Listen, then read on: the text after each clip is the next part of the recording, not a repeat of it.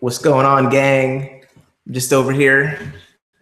Go ahead and I'm just getting in state right quick because you got to be fired up, man, to do these things. Hold on. So how are you guys doing? Let's see who we have on here. Let's take a look at this room. So you guys are kind of, we got a couple people here already live. You can see a chat box. This is always pretty fun. And let me go ahead and do this. So, all right. So starting it a little bit early, you know, we get started at 9, but I just wanted to hang out with, I can't get enough of you guys, man. I wanted to start this bad boy up. And over here, I'm listening to some music. So we'll kick this thing back on.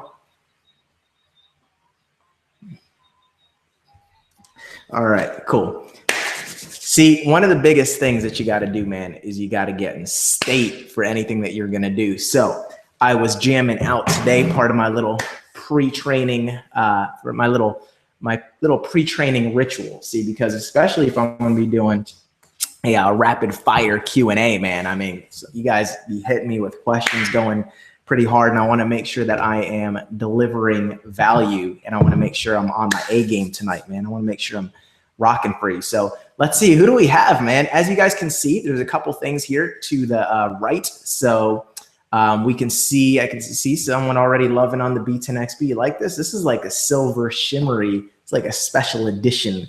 When the clothing line launches, you guys will see. I might include this, or I might make it like a extremely limited edition. All right, version. So again, I am launching a clothing line around B10XB. Those of you guys just tuning in, you'll learn about what that means. Maybe I'll do a little something on B10XB. It's just my mission. It's my mantra, you know, so cool, man. So it's changed a lot of lives. All right, so let's do this. I did a really fun poll coming in. We had some really kick-ass questions. Let me see here. I want to just put up a link to my Facebook fan page. So let's go ahead and do that. Bam. If you look to the right, you can actually connect with me on Facebook. All right. So you've got my page right there pulled up. So, you know, in addition to the chatting, you guys can actually drop, you can show some love on there. If you're not connected with me on Facebook, like, come on, man, get the program. All right. So go ahead and do that. And that way you guys can show me some love, and I can kind of put a face with the picture, you know, so because a lot of times I'm going to see names here, and it's always cool to kind of follow up after the fact and all that type of jazz. So you guys can see me there. All right, let's go. I'm seeing some fired up people, man. People are pouring into the room. It's not even 9 o'clock yet. So kudos to you guys, because I believe in operating on what's called Lombardi time. And for those of you guys that don't know Vince Lombardi, you know, he said if you're on time, you're late. So you want to be before every appointment 15 minutes early. That's the first training tip of the day. All right, so cool. So we've been broadcasting for a couple minutes. Just so you guys know, there is a slight delay. So when I say something, there's about a 1 minute delay or something from when, actually we can probably time it. So if you're fired up, say you're fired up right now, because I want to see, now I can time the delay. So as soon as you guys hear that, just say, I'm fired up, I'm excited or something, and then I'll be able to know what the delay is. So it's always good to know, because I'll ask a question. If I've got like 1 minute, I'll say, all right, man, I'm ready to go. When I'm wrapping up on a point, that way there's no delay. But I have a feeling, that there's not going to be any shortage of questions tonight. All right, so cool. Just showing some love over here. Jeff, Victor, Jesus, what's going on? Bledar, if I'm saying your name correctly, B10B in the house. All right, let's see, I'm fired up. All right, there we go. So we got about a 40-second delay. That's not bad. That's not bad. I got some good internet right now. Or you guys do. All right, look at this, man. All right, so let's do this. Yeah, you won't notice the delay at all. It's just on when I say something, it gets to you about 40 seconds. You know, keep in mind, anything that is being said is going through some cables into like outer space, bouncing off satellites, and then into your home. So, you know, let's give it more than 40 seconds delay isn't a big deal, right? I mean, our signal has to like go to space and then get back to you wherever you are in the world. So, all right, cool. Audra, glad you're excited. All right, cool, you're fired up. So I've got some questions. It's 9 o'clock on the dot. So we're gonna just jump right into it, man. and I'm going to give you guys some training. So let me just kind of give you a little format of what's going to happen so you know what to expect. I'm broadcasting live, right here from inside my home office, my new home office, and our new home. Tanya and I, we just moved in here. I'm pretty excited about this place, man. It's honestly, it's like, our dream home, which is kind of crazy. I mean, we'll have other dream homes, I'm sure. This is like the first dream home, but it's pretty cool. I got a nice little cozy office here, and I'm excited to do a little broadcast. All right, so Mike from Wilmington in the house. What's up? All right, so here is what we're gonna do. So you know what to expect. Number one, I want to give you guys some training on how to recruit and build through the holidays. A lot of times, if you don't know what you're doing, the average person, the average rep, in any network marketing, sales organization, anything, they tend to slow down around the wintertime, right? Around December, because, they're around family, they're stuffed from turkey, they're talking to their people, and everyone's going, they hear people say, give me to the first of the year. Oh, I'm so busy with the holidays. Who here's heard that? Who here's already gotten some holiday excuses? If you're not getting them, you're probably not talking to enough people, or you mysteriously are you've been in the game so long, you know how to handle it. Like I do, right? This is what, like my 14th Christmas holiday since being in network marketing. So obviously, I've learned how to deal with this. After about year or two, I was like, okay, I need to know what the hell I'm doing here. So I want to help you guys. Beast Mode Bailey in the house. That's my home girl. So if you don't know how the average rep, and I was actually talking with the number one earner of a company today, and he goes, hey, the average rep slows down this month because they don't know what they're doing. And we were just having a conversation about that. So what I wanted to do is I wanted to prep you guys and help you guys go out and have a huge blowout month. Because here's the reality. All right. The first of the year, everyone's making resolutions. Everyone's like, yeah, man, let's go hard. It's the first of the year, New Year's resolution, make more money, get rid of my job. Right? Everyone's all fired up. But if you get a 30-day head start on all those people, all right, what's happening is you're going into January with momentum instead of starting it, because momentum could be one of the hardest things in the world to start. But once you get it going, man, I mean, it's like a freight train. It's like impossible. I mean, it's impossible to almost slow it down if you get it going with enough speed. All right. So what I want to do is I want to train a little bit on that, give you guys a couple of tips, hear a little bit about what you guys are getting as far as like objections and challenges. Maybe regarding the holidays, you can kind of throw some stuff, say, hey, Cesar, how would you handle it? So that way you could kind of hear, what I would say to some of these things, if there's anything I leave out. And then what I want to do is I want to give you guys some tips on just, anything else that you want in the world. I'm going to open it up. And for those of you guys, you got to keep in mind, like, I don't usually do stuff like this. If you want like personal time for most leaders, a lot of times it's going to cost you, and for me, I charge $1,000 an hour if someone wants to pay for my, personal coaching and mentoring time, and I believe 1000% that everyone I deal with that pays that amount of money, like is getting the better end of the deal, because I know just a couple things that you can take away from any conversation. You can take one thing away and you get to keep that one thing and use it forever. It could be a line, a way to handle an objection, whatever. And what ends up happening is you get to take that and you can make money from that over and over again, right? There's certain lines that I've just, oh, I like this one liner. Oh, I like this. And I use them all the time and they've made me, millions of dollars. So what's $1,000 to get some of that information? But you guys are getting all of that tonight for free. Donut, zero zilch. All right, so we're gonna transition after I give you guys some tips and answer a couple questions. We're gonna transition into a pure rapid fire, session where it's just, hey man, it's just you and I, and we're just gonna be going on. And so if you have any questions, what I want to encourage you to do is maybe copy and paste it, and just kind of put it in a notepad somewhere, and then that way, just go ahead and throw it in when I ask that. Now there is some way that you can formally ask a question. I think on the chat bar. There's a way to do that, all right, where you can actually do this. And I don't know, so you can post, there's something that it shows up on a question. And when you do that, it helps a lot because then I kind of see those giant question marks. So if anyone knows how to do that, if anyone knows how to do that, go ahead and just, share that information when the time comes. How people can ask a question. Someone's saying that they're having audio and sound problems. What you do, and again, going out to everyone in the group, all right, if anyone's having challenges and they're posting stuff and I'm in the flow, I don't have time to technically shoot. So there you go. Cindy just did it, testing. So Cindy, whatever you did, just tell everyone how you threw that question mark up in the chat box. All right, cool. Adrian did it. All right, test. You guys are doing it. So what it says, someone said, type in the box, enter on the keyboard, click the speak bubble. All right, someone I think said that. So here's what I want you guys to do. So, and again, you can unquestion mark those things, I'm sure. But what I recommend to do, all right, see the bubble in the chat bar, change to question mark. Okay, so you change the bubble in the chat bar to question mark, and then you ask a formal question. Great. Help each other out, guys. We're all family here. What I want you guys to do is if anyone's saying, oh, I can't see, there's a lag, there's a problem, just tell them to refresh the page and it should work. Or to try from a different web browser. They can take the URL, slap it in a different web browser, and it should work. All right, cool. So, okay, you guys can stop with the question bubbles. All right, everyone's testing it. It works. I see it. All right, so let's get into it.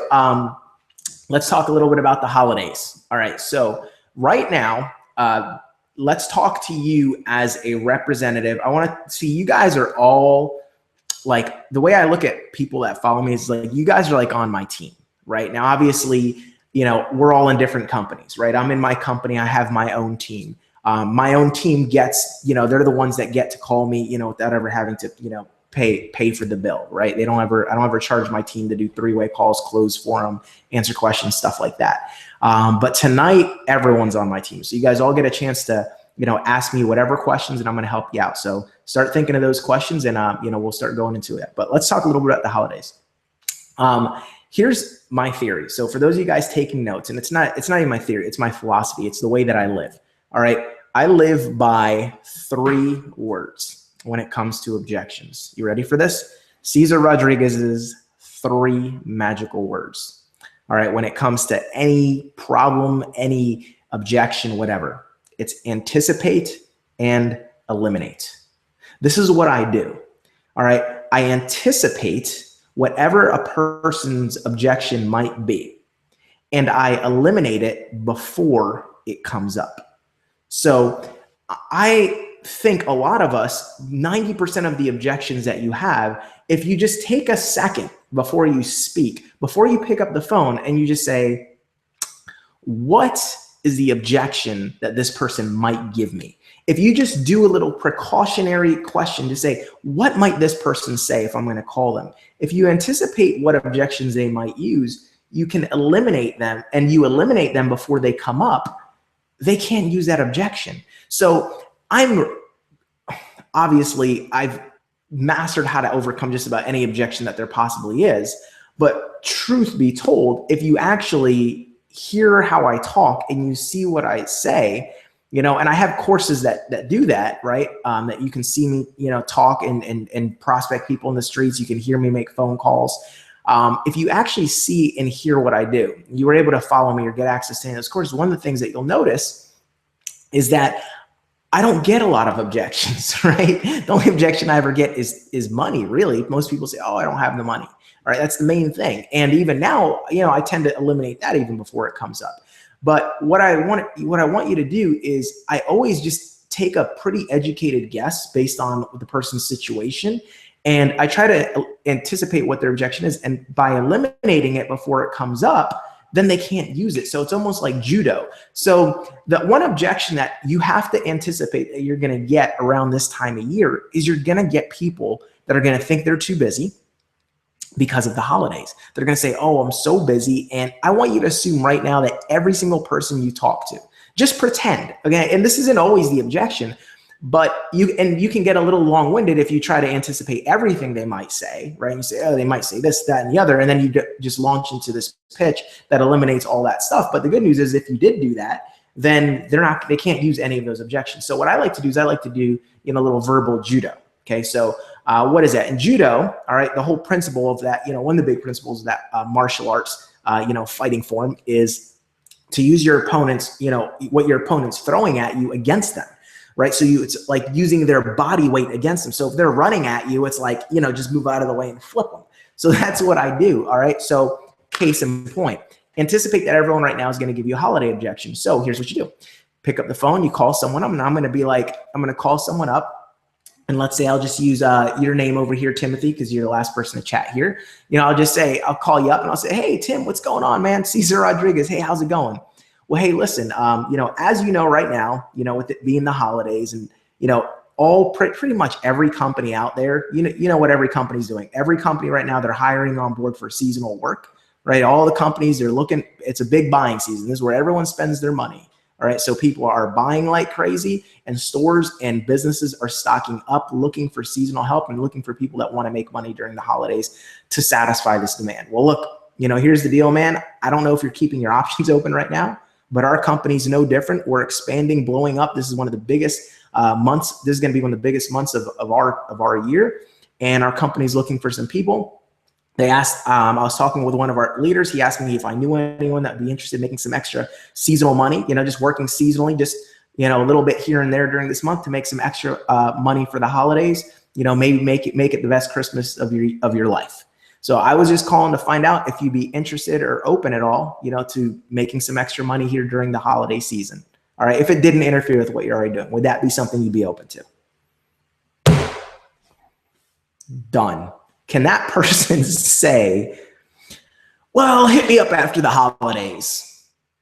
Not at all. Because I just said the reason I'm calling is because it's the holiday season. We're extremely busy. Every company right now, as you know, is hiring and business is booming and everyone's spending their money right now in this economy. So this is the time where our company, is looking for people. And that's one method. That's one technique. Is that powerful, guys? Do you see that? I literally just freestyled that. Okay. That's just, now some of you guys might be going, whoa, slow down, rewind. What the hell did you just say? That was awesome, right? Well, don't get so caught up on the exact words as you do the philosophy. The philosophy was anticipate and eliminate. I knew that my prospect, all right, was going to probably, I took a calculated guess that they might give me I'm too busy during the holidays. I took a calculated guess that they might say that. And then I said, how can I make it impossible for them to say, you know what? I can't hit you up. I got to wait till, how can I make whatever they're going to say impossible to say? Right. And they might say, oh, I'm so busy right now. Okay, great. Hey, like I said, if it didn't interfere with what you're already doing. Right. So then I can't think of myself, oh, I'm so busy right now because the holidays, and say, okay, well, look, that's fine. I'm not sure if you heard me or not. I may not have said that, but I did kind of mention if it didn't interfere with what you're already doing, would you like to make some extra money for Christmas? And if they don't celebrate Christmas, I'm going to anticipate and eliminate that too. I'm going to say, are they Jewish? I'm going to say, hey, Hanukkah. All right. I'm going to go ahead and start right off the bat like that. All right. Now, someone asked a good question. They said, hey, just curious, why treat it like a job? So here's that's a very great question. All right. Now, the reason this is what I recommend doing. So this is another Caesarism. This is something that I do that I believe is far different. I believe is far different than what most people teach. You have to keep in mind, all right, there's two things, right? And first thing that you got to do is you got to hook them. First, you got to hook your prospect, and then you explain the details, right? It's like anything. You open any email, all right? Any email from any company that sends you anything, or internet marketer, the subject line is the hook, and then they satisfy it by explaining. All right. You turn on the TV, look at a commercial, right? They might say, like, look at some of these infomercials and say, do you suffer with blah, blah, blah, blah, blah, blah, blah. And then they go into everything that it is. But the first thing is get their attention.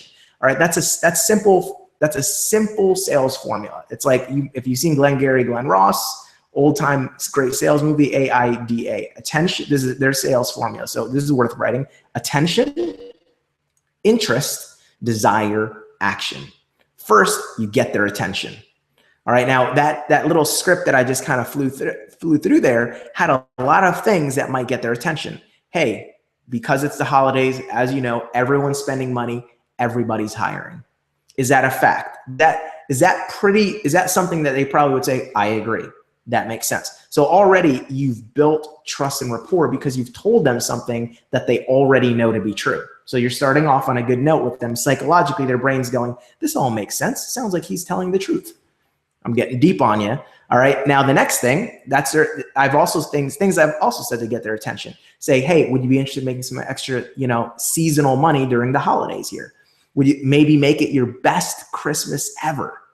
Would that get someone's attention? Yeah, absolutely. Say, hey, look, just like every company, did I say that this was a job? No. Did I say this was a business? Did I say I was hiring? I said, hey, like every company out there, they're hiring and bringing people on board like crazy. Hey, our company's no different, right? So our company's no different. We're bringing on people like crazy. So it's not that important from this hook standpoint to say everything that's like 100% like, factual and for at this point, you're just hooking them.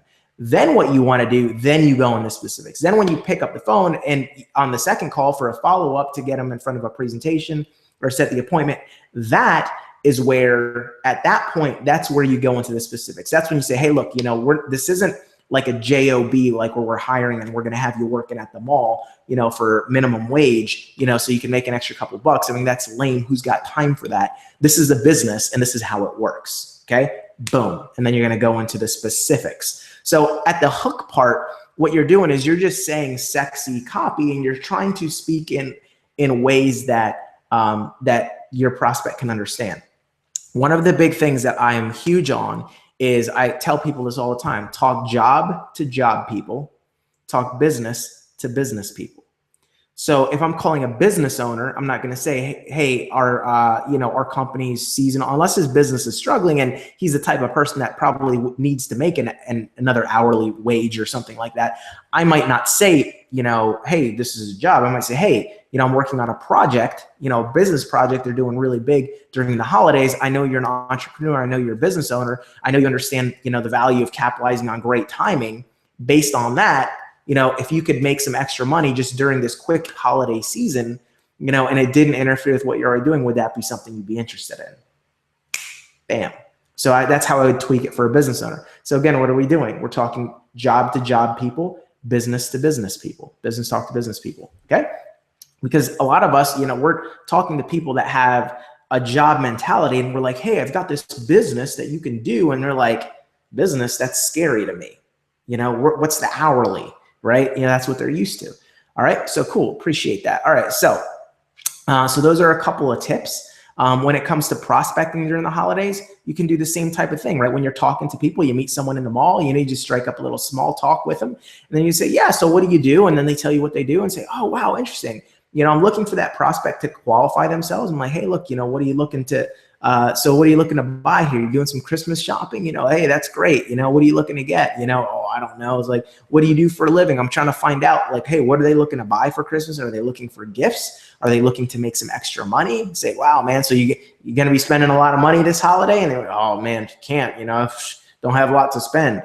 They'll say stuff like that. Say, really? Well, so what are you doing now? Are you doing anything extra to try and raise up some Christmas money like a lot of people are? Well, look, man, I can't promise you anything, but the company I'm working with is actually looking for some people. Are you looking for a way? If you saw a way where you could make some extra money, during the holidays, would that be something that you'd be interested in? So boom. So you just kind of flipped it like that. Also, when you're prospecting family around this time of year, don't go into details at like, dinners and stuff like that. When you're getting around family, just pique the interest, treat them like a prospect them, lay the hook, and then just say, hey, let's talk later about this. Now's in the time or place. Be the first person to take it away and tell them, look, now's in time or place. If it's not an appropriate time, if you can't comfortably whip out a presentation book or get them in front of a computer where they can see a presentation or whatever, then don't go into it. Don't go into anything until you can show them everything. That was huge when it comes to presenting. Don't go into anything until you can show them everything. The exception, of course, is when you're just prospecting them to set up that appointment for later. All right. So let's see what questions is this good, guys? Am I satisfying am I giving you some good tips for building during the holidays? Let me give you another one. Can your product, whatever it is that you sell through your business, could that somehow be a gift during the holidays? That's a big thing. All right. It's a big, big thing. And I'll give you an example. So for those of you guys that know me, obviously, I'm a trainer. I train people, in the network marketing and direct sales space and salespeople, in general. But for those of you that really know me, I'm also in network marketing and a very active builder, right? We're the #3 recruiters in our company. And I don't usually say what company we're in, but I don't really see any harm in it. At this point, we're in a company that's, it's a travel company. It's called World Ventures. And just not trying to give that shout out for you guys to go look it up or anything. Like any company, you'll find whatever, good, bad, and ugly. But just I'm mentioning that because I want to explain this story that I'm in. So I'm in a company that markets travel and vacations. So if you were in a company like that, or a company where you go, no, I don't really think I've got a product. Like I'm not in, like there's some companies that, hey man, they're giving out skincare, essential oils, they're giving out like physical products. And you're like, yes, I have a great stocking stuffer gift for people, right? Oh, this is great during the holidays. Or if you're like in send out cards, you've got like you're sending out cards and like you have a tangible thing that could be a good gift. So some of us don't think our products can be gifts, but I'll give you an example. My company, all right, you wouldn't think vacation, that's not a stocking stuffer. How do you sell travel as a cool gift? Well, before we were even in this business a couple of years ago, first time I ever went up to visit my fiance, Tanya, I went up to Canada, and their family is, totally huge. All right. When it comes to like gifts, like intimidating huge. Like, I mean, I received like 20 presents, it was crazy. Like everyone buys everyone like, 5 presents, and they're all good stuff. So what I did was just be creative. I had and I wanted to take Tanya to an all-inclusive resort as a vacation for a Christmas gift. So what I did was I put in pictures of the resort that I was going to in like a card. So like I created like a little, like a, card, like a thank you card or whatever, like a Hallmark card, but I created my own. And I put pictures in it, and I just kind of said, hey, by the way, here's a gift for me. And what are you really expecting in a card, right? You're not expecting a whole lot. You're like, what, like a gift card is the coolest gift in there, just a really sentimental note. Well, I was like, hey, by the way, for Christmas, I'm giving you this vacation. And I made everyone in the house jump. She was like, oh my God, this is the best Christmas gift ever. Like her mom, her brother-in-law, or my brother-in-law, I guess, her sister, like everyone was like, that is so awesome. Like, what a gift. That's so cool. So that was my story. So years later now, during Christmas, this was before I was even in a travel company. Now years later, I tell that story. And so the reason I share that with you is I want you to stretch your mind and think, could what you do somehow be phrased and told via a story as, hey, this could be the perfect gift. So you might not have thought, oh, travel, that's not a gift. Gee whiz, I wish I had one of those other companies, health and nutrition, So again, challenge yourself and think, how could what I'm doing be a great gift? And then you can sell to your prospects, say, hey, listen, I've got a really great, opportunity, not from a business standpoint, but if you really want to blow someone away with an awesome gift, here's an example of how you can do that. Here's our product, our product's vacation, be a member, book a cool vacation for, your sweetie or whatever. All right. So again, just sharing an example of how to stretch your mind to think, how can my product be framed as a gift so that I can therefore approach prospects to sell my product or service, or use that story to go to recruit and say, hey, this is a really hot product to give. Who do you know that might be interested in, how would you like to be able to give everyone right now that's looking for the perfect gift, the perfect gift? And the perfect gift right now is this, and here's a story. Insert a third-party story, like me if you were in travel, or someone else that said, hey, this person, they gave them all these supplements and they didn't think it was the perfect gift until last year. They used all of that and they kicked off their New Year's with their New Year's resolution as the best year ever. So again, just giving you some tips here. All right. So with that being said, let's launch into some Q&A. If you have any more questions regarding holiday recruiting, I'll definitely answer those questions. Let's see. I had a couple of people drop some questions. Are you guys getting value? Is this cool? Are you guys having fun? Let me do this. We've got a bunch of people on, and I've got a lot of good stuff to share with you guys. Really quick, I do want to say something. In the sidebar, you'll see this is for those of you guys that may or may not know. This is actually I'm running a promotion right now, which is pretty cool. You know, it'd be cool if I told you guys about this promotion that I'm doing, because I'm giving basically everyone like a massive discount to a product that I sold. We sold over 1,000 copies of this course, all right, that I came out with, and then we closed the cart and no one else can buy it, you know, at all. Matter of fact, if you go to the page, and what I'm talking about is my Reality Networker series. I want to just, while I have your guys' attention, while I go through some of these questions, because I know a lot of people are asking me questions that are related to things that they would learn inside of this course. Now, I didn't put this hangout together so that I could, you know, just turn it into a big sales webinar or anything like that. That's not what my intent is. My intent here is to give value. And at the same time, I like to have resources. Someone asked me, hey, what's a good, you know, answer me this question? And if there's a book, you know, that I didn't write, but I know can help you after this webinar or after this training, I want to obviously be able to, you know, say, hey, take this. It is something that you can take with you and learn after this webinar. So one of the things that I created was, I've had so many people over the years, you know, like hear about me like prospecting in the streets. People have hung out with me and, you know, and they've been like, dude, you're like phenomenal. Like when you go talk to people, like how the hell do you do that? And I've known, you know, we're the #3 recruiters in our company, right? Out of over 300,000 people in 28 countries, you know, got the trophy right over there on the bookshelf. And people, I've had this passion, like I want to teach people how to do what I do, because that's how I learned. I learned by watching my mentor in the field. I actually moved, for those of you guys that know my story, I moved from Virginia to Wilmington, North Carolina, where I happen to live now. I stuck around because my mentor had a beach house down here, and he was like an awesome prospector. And I like, dude, when I got started, guys, I went 0 for 100. Right, the first 100 people told me no. So if you haven't gone 100 no's in a row yet, you know, keep going. Right, you can still make it. And I was like, man, I really want to get good. So I didn't know how to. I was like, for me, it was like, talk to people that you don't know or you're dead in the dust. And I was terrified to do so. So if you can't, then you must. If you're scared of doing something, if it sucks for you and you hate it, then you need to do it. Right? If you're afraid of heights, you probably need a skydive just to get over it, right? If you're afraid to prospect and talk to people, instead of trying to find a way to succeed without doing that, why don't you just get good at it? You know, why don't you just face your fear and step up, be bold, be 10 times bolder, right? So one of the things that I did is I said, all right, I'm going to be 10 times bolder and I'm going to move to this place and watch and prospect. And that's how I got good, because I can teach you guys like the best scripts in the world. All right, which, you know, I totally will. I'll teach you guys anything you want to learn tonight. But here's the challenge.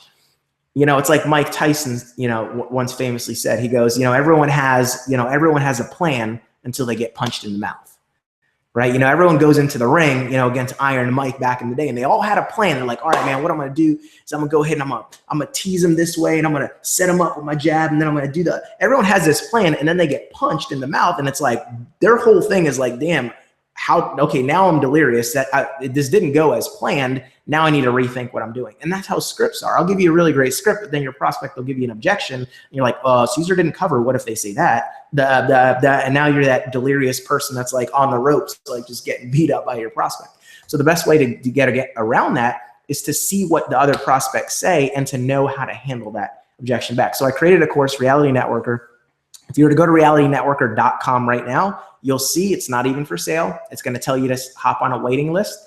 But for Black Friday and Cyber Monday, from Black Friday to Cyber Monday, which is today, I offered the ability to pick up that course. All right. And instead of having to pay the $497 that it usually sells for, and it will sell for when I open back up the course in the future, what I decided to do is I actually decided to reopen the cart and make the course available, #1, which is huge. But #2, you can see 20 videos of me live prospecting people in the streets, and what I say, how I say it, the whole 9.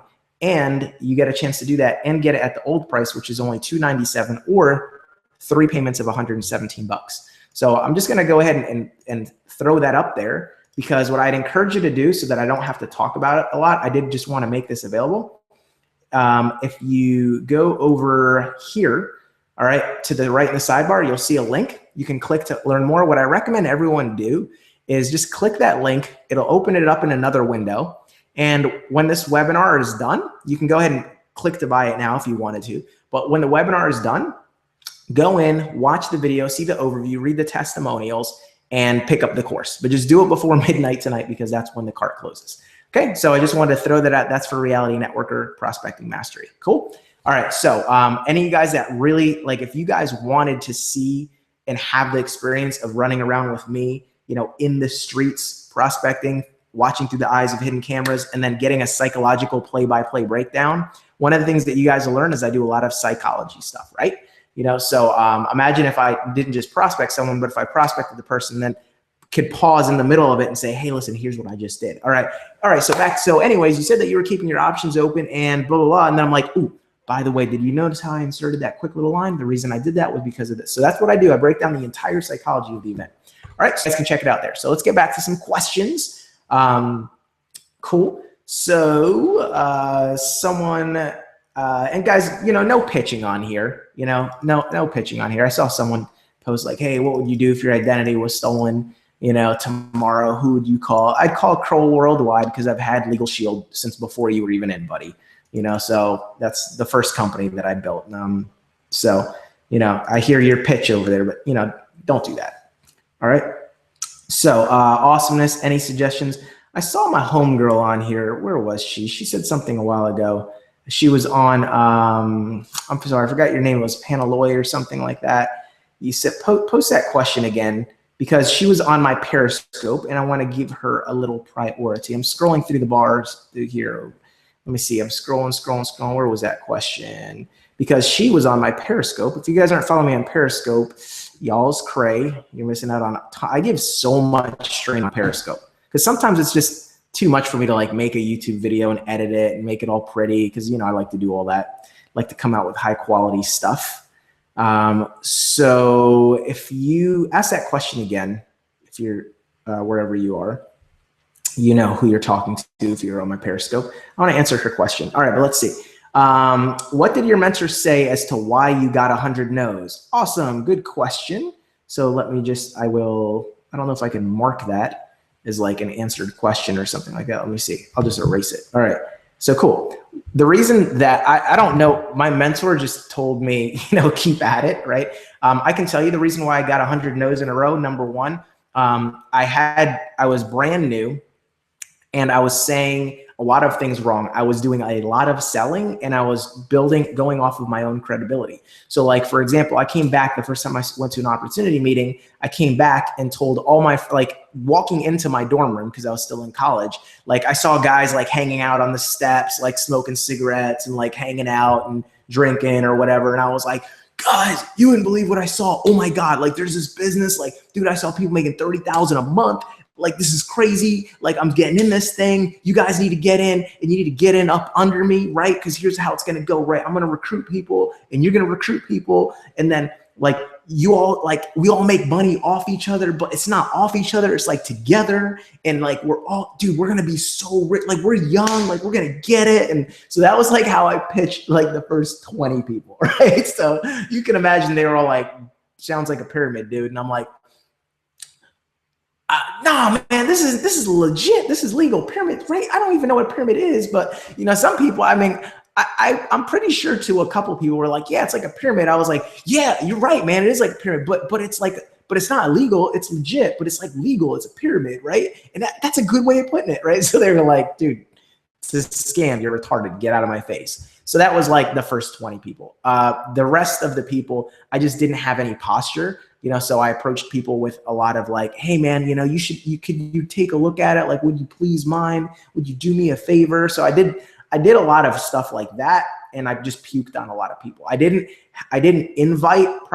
pique interest properly. I didn't invite them to see something effectively. And I was targeting and I was recruiting down, right? So I was recruiting a lot of people that were lower than me. And I was thinking that they saw me as higher than I really was. So that was the problem with a lot of my exposures. And also, it takes a little bit sometimes, guys, you know, you can only make what you are. And at that time, I wasn't worth a whole lot to the marketplace. because I didn't read any books. I didn't read any books in high school or college.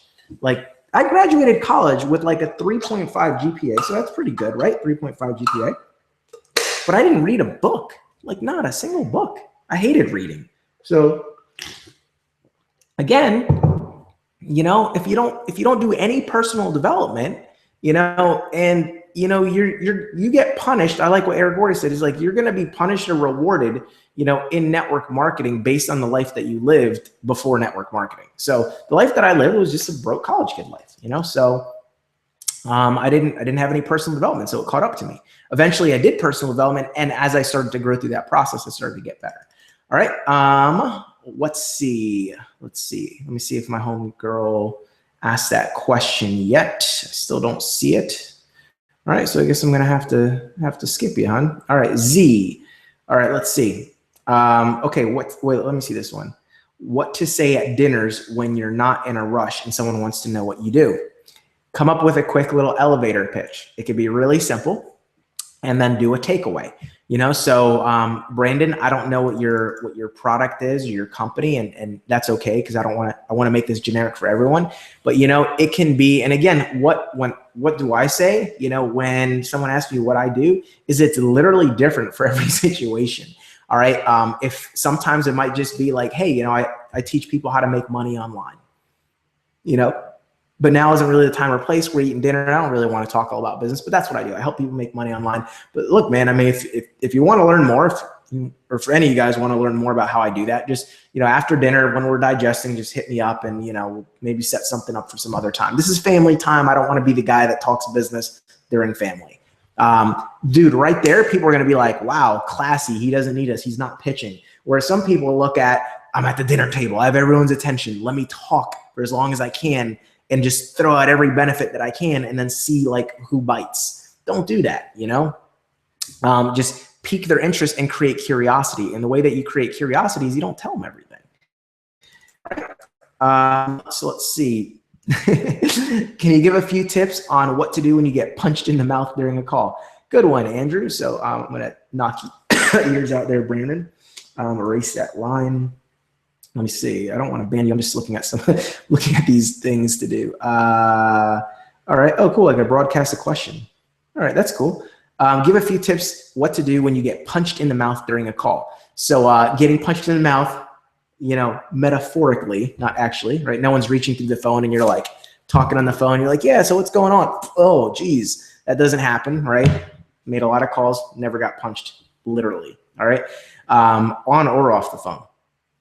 So I don't know why people are so scared to prospect and talk to people. It's like big deal. All right. When someone throws you off of your game, the best thing to do is to just do a takeaway, right? If someone goes, oh, is this one of those things? Or they say something that throws you off, just be like, hey man, listen, here's the deal. This may or may not be for you.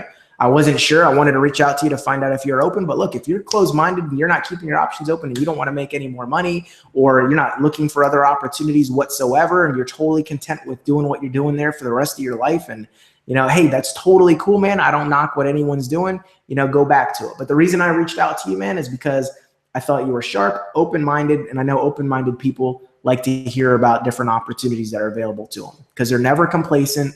And they're never, you know, just satisfied with the status quo and being an average American that does what average people do and makes what average people make. I reached out to you because I thought you were a little bit different, and you were like one of the 3%ers that, you know, actually, you know, or were looking to advance themselves in their situation and provide an awesome lifestyle for their family. So look, man, if that's not you, I apologize. I'll hang up the phone right now if you want me to. Is that strong? Could you imagine just saying that? And they're going to go, no, you don't have to hang up the phone. And even if they did, are you a dick now? Like, not at all. Like, you've just said that, like, hey man, I'm being respectful. If that's not you, cool. I pegged you for being someone different than you were. So what I've done, again, this is where I break down the psychology. What I've done is I have created a persona, and a very admirable thing of a type. I created a persona of the type of person that everyone wants to be. And then I just said, hey, I thought you were that type of person, but if you're not, you're just like everyone else, like just, you know, a sheeple, right? Just like a sheep person, like a sheeple, you know, but I didn't say that. but I'm thinking it and I'm talking about that other person. I'm like, yeah, but if you're just like one of those regular people, like it sounds like you are, then this isn't going to be for you and I'll never tell you about it again. So did we just crush that? Tell me if I crushed that, brother. All right. And if you guys like that. All right. Let's see. Charles and Vanessa, what are some good books to read let's see, broadcast that. What are some good books to read on objections in recruiting? Here's the thing. When it comes to recruiting and handling one good book, Eric Worre's got a book, GoPro, great book. I recommend that. One of the most interesting things that you'll find is, sometimes the best books for things that you want and the best programs are not directly giving you what you want. So you might go, oh, this book says how to handle objections in recruiting and network marketing. That might be, some of those books are really old and outdated. And I've read some of the advice that other people, like I won't name other names, but I've heard what some people say when it comes to prospecting and recruiting. And I know for a fact what some of these people say is garbage. I'm like, that would not work and doesn't give you good posture. And it's like a lot of people train out of theory. I try not to train out of theory. I try to train from a position of reality. All right. That's why I created Reality Networker, that course that you see. I wanted to show people like, dude, I'm the real deal. And I actually do the stuff that I say. And what I say is proven out what I've done. So some of the best books for objections in recruiting take the word books out of there. I would probably get a course. I have a course called Immediate Yes Formula, which is all about the psychology of presenting. That's one course. There's other courses out there. I don't want to just make this one-sided, like my stuff is the only stuff that you should buy. Because I have a firm belief that if you wanted to get good at recruiting, what is really recruiting? What is objection handling really? It's really psychology. So maybe get some books on communication and psychology. All right. That's probably, that's probably more of a direction you can go. How to Win Friends and Influence People. Best book on dealing with people like ever, super simple. So I would maybe go in that direction. Let's see. Let me see if, I guess that one person that had that question I wanted to answer from Periscope, she hasn't reposted it. All right. So we're going to scroll down a little bit. When you were working long hours, when did you find the time to recruit and do self-development? I did it all the time. I literally did it when I slept. So I would listen to personal development audios like Jim Rohn, The Secret. Anything by Rhonda Byrne, I think is really good to listen to while you sleep. Rhonda Byrne is the author of The Secret. So there's The Secret, The Power, Hero. I listen to that when I sleep. I think that's cool stuff to do. And I listen to personal development in my car. I'll listen to, CDs and audios and things of that nature. And then what I'll do is I'll go from there to making phone calls. So when I'm done with the phone call, personal development will kick in. So I play a lot of stuff on my phone, right? So right there. So that's where I find the time.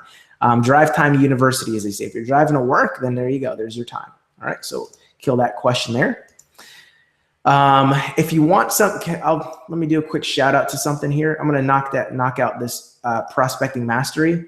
You may want to consider this thing right here. If you're looking for audio personal development and you think it would be beneficial to listen to what I say to close my prospects, here's a course I created. It's available for tonight only. All right. Because it's no longer on the market for the mass general public. Reality Networker is my product that has 3 different portions. There's Reality Networker Prospecting Mastery, which is me live prospecting in the streets. There's Calling and Closing Mastery, which comes with a workbook, which I happen to have here. And on this workbook, it's pretty diesel. It's got all kinds of, it basically summarizes the phone calls that I made, and you can hear me prospecting people, or you can hear me following up, closing, handling objections. They're downloadable audios that you just put right on your phone and you can listen to on your earbuds. And it also comes with a workbook as well. So you can pick that up. Everyone, if you want to learn more about that, click on that button to learn more, open it up in another window. And once again, you can watch it when this webinar is done. All right. So if you're looking for, here's the thing. Would you rather have someone tell you all the things you could say, or would you rather just hear someone making their actual phone calls? In the week that I actually And a lot of the sessions in that was during a week where I recruited 10 people. All right. And it was actually less than a week. There was a contest and I was like, you know what? I'm just going to drive down to Florida, hanging out with my friends down in Naples, Florida. And I just made a couple of phone calls on the drive down and I recorded a lot of those and put them in a course. And I broke down all the key points and kind of what you can expect to learn from each call. And that course, $397 normally, tonight $197. And you can even get it with a payment plan as well. So it's on a payment plan. So you can get in on that course if you're looking for audios. For all you guys there, again, click it, open it in a window. Just watch the video summary if you want to learn about it before midnight tonight. All right, Pacific time. All right, so let's see. So I'll just post that little resource there for you. If you're looking for how to overcome objections and recruit, that's me making calls, overcoming people's objections and recruiting them. All right, how do you avoid getting to long conversations with people without appearing aggressive? I find myself in 15 to 20-minute conversations when I really want them to be more like 5 minutes. Emmett, they should be 5 minutes, man. I don't know what the situation is, my man, but be quick. Be quick and on the phone when you're talking with people. And if you're prospecting people, you should definitely not be talking to anyone for 15 minutes. Here's my rationale, okay? I learned this a long time ago. It's part of my posture. I grew up listening. What kind of music do you listen to? You listen to music that's probably associated with however you grew up. Well, newsflash, folks, for those of you that don't know me, I grew up in New Jersey, all right, where the main radio station that we got a signal to was coming from New York City, and it was Hot 97, which was rap music. And I grew up in some apartments that were like probably lower income housing, lower middle income housing. So we all listen to what? Like rap music. I'm talking the old stuff like the Fat Boys. And then of course, all the new stuff that we consider old school now. All right. Like Biggie Smalls. And one of the lines from a Notorious B.I.G. song, he said, "I'm not chasing them, I'm replacing them." And when I got into network marketing, it took me a while. One day I was listening to that song and I was like, dude, that's what I need to be like. I'm not chasing them, I'm replacing them. So if you're talking for 15 minutes, to someone, it's like you're falling in love with that prospect and trying to get them to fall in love with you. What you need to be doing is you need to be having a mindset of sorting, not convincing. Get to the bottom line for both of your sake. All right. I don't fall in love with any prospect until they join my business. Then they're no longer a prospect. Now they're a business partner, and I love and I care about them, and I want to know everything that I can know about them that's going to help me to motivate them to achieve the level of success that they want to achieve. All right, but until then, because here's what's going to happen.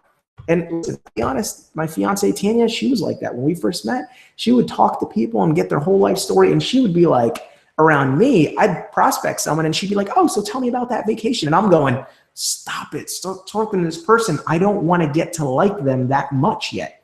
Because it's not going to make a difference. I want you to understand this. It does not make a difference in the overall outcome of them joining your business if you talk to them longer during the prospecting stage. You can have a conversation with someone for an hour at a cocktail party, and they're going to have the same likelihood of getting in your business as the person you talk to for 5 minutes on the gas station on the ride home. After you hit a certain part of, after you've hit enough things in your conversation, all right, it doesn't really make, and the difference that it might make is so marginal, it's not worth it. Because I would rather at a party or a networking event, I'd rather talk to everyone for 5 minutes. And the way that you do that is be in a rush when you're talking to someone. Just say, "Hey man, listen, find out, do a little form." All right. FORM is an acronym. It stands for family, where they're from, occupation, recreation, motivation. Just find out, "Hey man, where are you from? You from around here? Great." And honestly, in a prospecting thing, most times I'll just get to O, and I usually set the hook. All right. So I'm like, "Hey, so where are you from? What do you?" "Oh yeah, I do this." And say, "Oh, cool, man. So from around here, yeah, what do you do for fun?" "Oh, I do this and that for fun." "Oh, I'm into this, spend time with the family." It's like, "Oh, really? What do you do?" It's like, "Oh, I do this, that, and the other." And I'm like, "Shut up. You're a banker? Are you crazy? That's insane." Like, our company's looking for people that have got backgrounds in banking. "How long have you been doing that?" "Oh, I've been doing this for such and such time." It's like, "Really? Well, listen, man, now's some time or place, but if you give me your name and number, I'll definitely get back up with you. Are you keeping your, well, I would say probably first, I'd say, well, hey, let me ask you something. Are you keeping your options open? Because I know we have a lot of bankers right now that are working with our company part-time on top of what they're already doing to supplement their income. And we've got a couple that have joined our company full force because they were looking for careers where they can make six figures and, and have a little bit more flexibility in their life. Now, look, I can't promise you anything. I've just met you, but are you the type that keeps your options open when it comes to other opportunities? Bam. That's it. And he's going to go, oh, yeah, sure. I always keep open. It's always smart to keep open, right? They're going to say something like that. And then you're just going to go, okay, well, great. Well, listen, now isn't the time or place. Obviously, we're not the most appropriate time to talk business or anything, but why don't we exchange information? Let's stay in touch. I'll probably get you some information that you can take a look at. Maybe we'll get together for a cup of coffee or something. We'll figure it out. But, just flip me one of your business cards or something. Oh, you don't have a card? Okay, no problem. Just, you got a phone, right? Just text me real quick. Or let me, I'll just go ahead and write it down. Or actually, hey, why don't you write it down? You better than I do, right? And then that's what I did. So again, boom, boom, boom. All right, so you can do that, really quickly. All right, so Emmett, question nailed. Did I nail that, guys? Are you guys liking the answers to my questions? Can I ask you that? Is that cool? All right, someone asked what my Periscope is. Adam, it is Cesar L. Rodriguez. Just look it up. Type in Cesar L. Rodriguez or at Cesar L. Rodriguez. All right, so let's see. I say don't present anything unless you can present everything. I agree. Okay, cool. So, Peter, I wasn't sure. Should I bypass the pre-qualifier? We wrote a lot here, buddy. Let me see. I'm trying to read this. We do a pre-qualifier. We do pre-qualifier face-to-face interviews with prospects before inviting them to a session to see entirely. Should I bypass a pre-qualifier? No, I like a pre-qualifier. I'm guessing you're talking about maybe like a 5-minute phone call, like a little sizzle call or something like that, or maybe a little video. I love doing stuff like that. Back in the day, that's all we did. We had a 5-minute phone call, and if I was going to invite you for a face-to-face presentation, I would pre-qualify that person. All right, and also it's another way of creating another exposure before your presentation. That's always good if you can do that. All right, especially if it's quick and speedy and it's like a pre-recorded call. So I'd call someone up and I'd say, hey, listen, man, before we get together, I don't want to waste any of your time or mine. We got a lot of people that we're visiting and talking with. So what I want to do is I just want to make sure, before we, take up any of each other's time unnecessarily, I want to tell you a little bit about what we do, give you some information. That way, if you like what you see, then I'll carve some time out of my schedule. Because at this point, I've only got time for people that are genuinely interested, they're hungry, and they're really looking to do some, they're really looking for some changes. All right, so boom. So then I would put them on a little 5-minute phone call. If you've got a pre-recorded phone call somewhere in your company, give them a little teaser that's going to get them a little bit more excited, or they're going to go, no, that sounds stupid. It's not what I'm looking for. And then you just saved yourself a meeting for someone and talking to them for an hour. All right. All right. So Victor, we're trying to create a fire and start a blitz. What's the first thing that we should do? The first thing that you should do, my friend, is number one, lead by example. Oops, I broadcasted the wrong thing. Let me broadcast that. All right, so Victor, what I would say is if you're going to start a blitz, number one, structure it out and figure out what does a blitz actually mean? What's a blitz mean? Because a lot of people are like, oh, I'm going to do a blitz. I'm like, so what is that? And they're like, well, I'm going to do, 2 people a day for the next 30 days. It's not a blitz. It's not blitzing. That's like a jog or a crawl. That's what you should be doing anyway. So I would define what a blitz is and then find out who you're getting on board with you, kind of set the rules. Here's what we're going to do. Here's what I'm looking for. All right. We're looking to partner people up. Let's go hard. And then I would say, here's what we're going to do. What can you commit to? Can you commit to doing 5 a day or 2 a day? What's your level of commitment? And I'd start pairing up people with workout partners. If you've got, some team and you're getting other people involved, then I'd do that. And then I would set the before date, the after date. I'd say, hey, take screenshots. Let's do some before and afters. So we can share some stories. And if we do another one later, we can kind of share the results. And then I would give them something to be excited about. I'd give them some training. I'd say, hey, look, here's what we're going to do. We're going to have a little mastermind session. We're going to do a little team training. Maybe have someone else speak to them and give them some training, someone that they look up to, and let that person tell them to do all the things that you want them to do. All right. So boom. Cool. So let me see. Let me answer someone else's question. All right. Are you guys getting some value from this?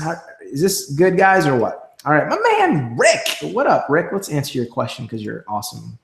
All right, what is a good reply to prospects that need the money for the holidays and can't spend it on an opportunity?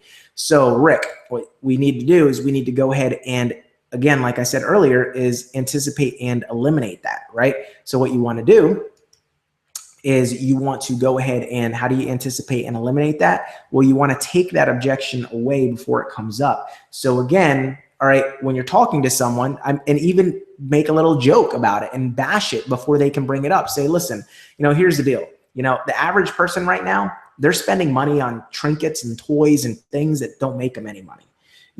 But the more advanced people, the people that are the real go-getters, you know what they're doing right now? They're saying, hey, I got 25 days between now and Christmas. I need to go. How can I make this the best Christmas ever? So what a lot of people are doing is they're taking aside a couple $100s that they would have spent on presents, and squander that away. And instead they're using it right now to invest that now to put in a little work. Because right now during the holidays, everyone's buying, everyone's spending money. So you can be on two ends of it. There's two sides of this fence. You can be the consumer that's spending money, or you can be the entrepreneur and the business owner that's making money. So what side of the fence would you rather be on? The people that money's coming out of their pocket and they're handing it over to someone, or would you rather be on the side of the fence where people are handing over their money to you? So here's my advice. If you've got money and you've earmarked it for the holidays, perfect.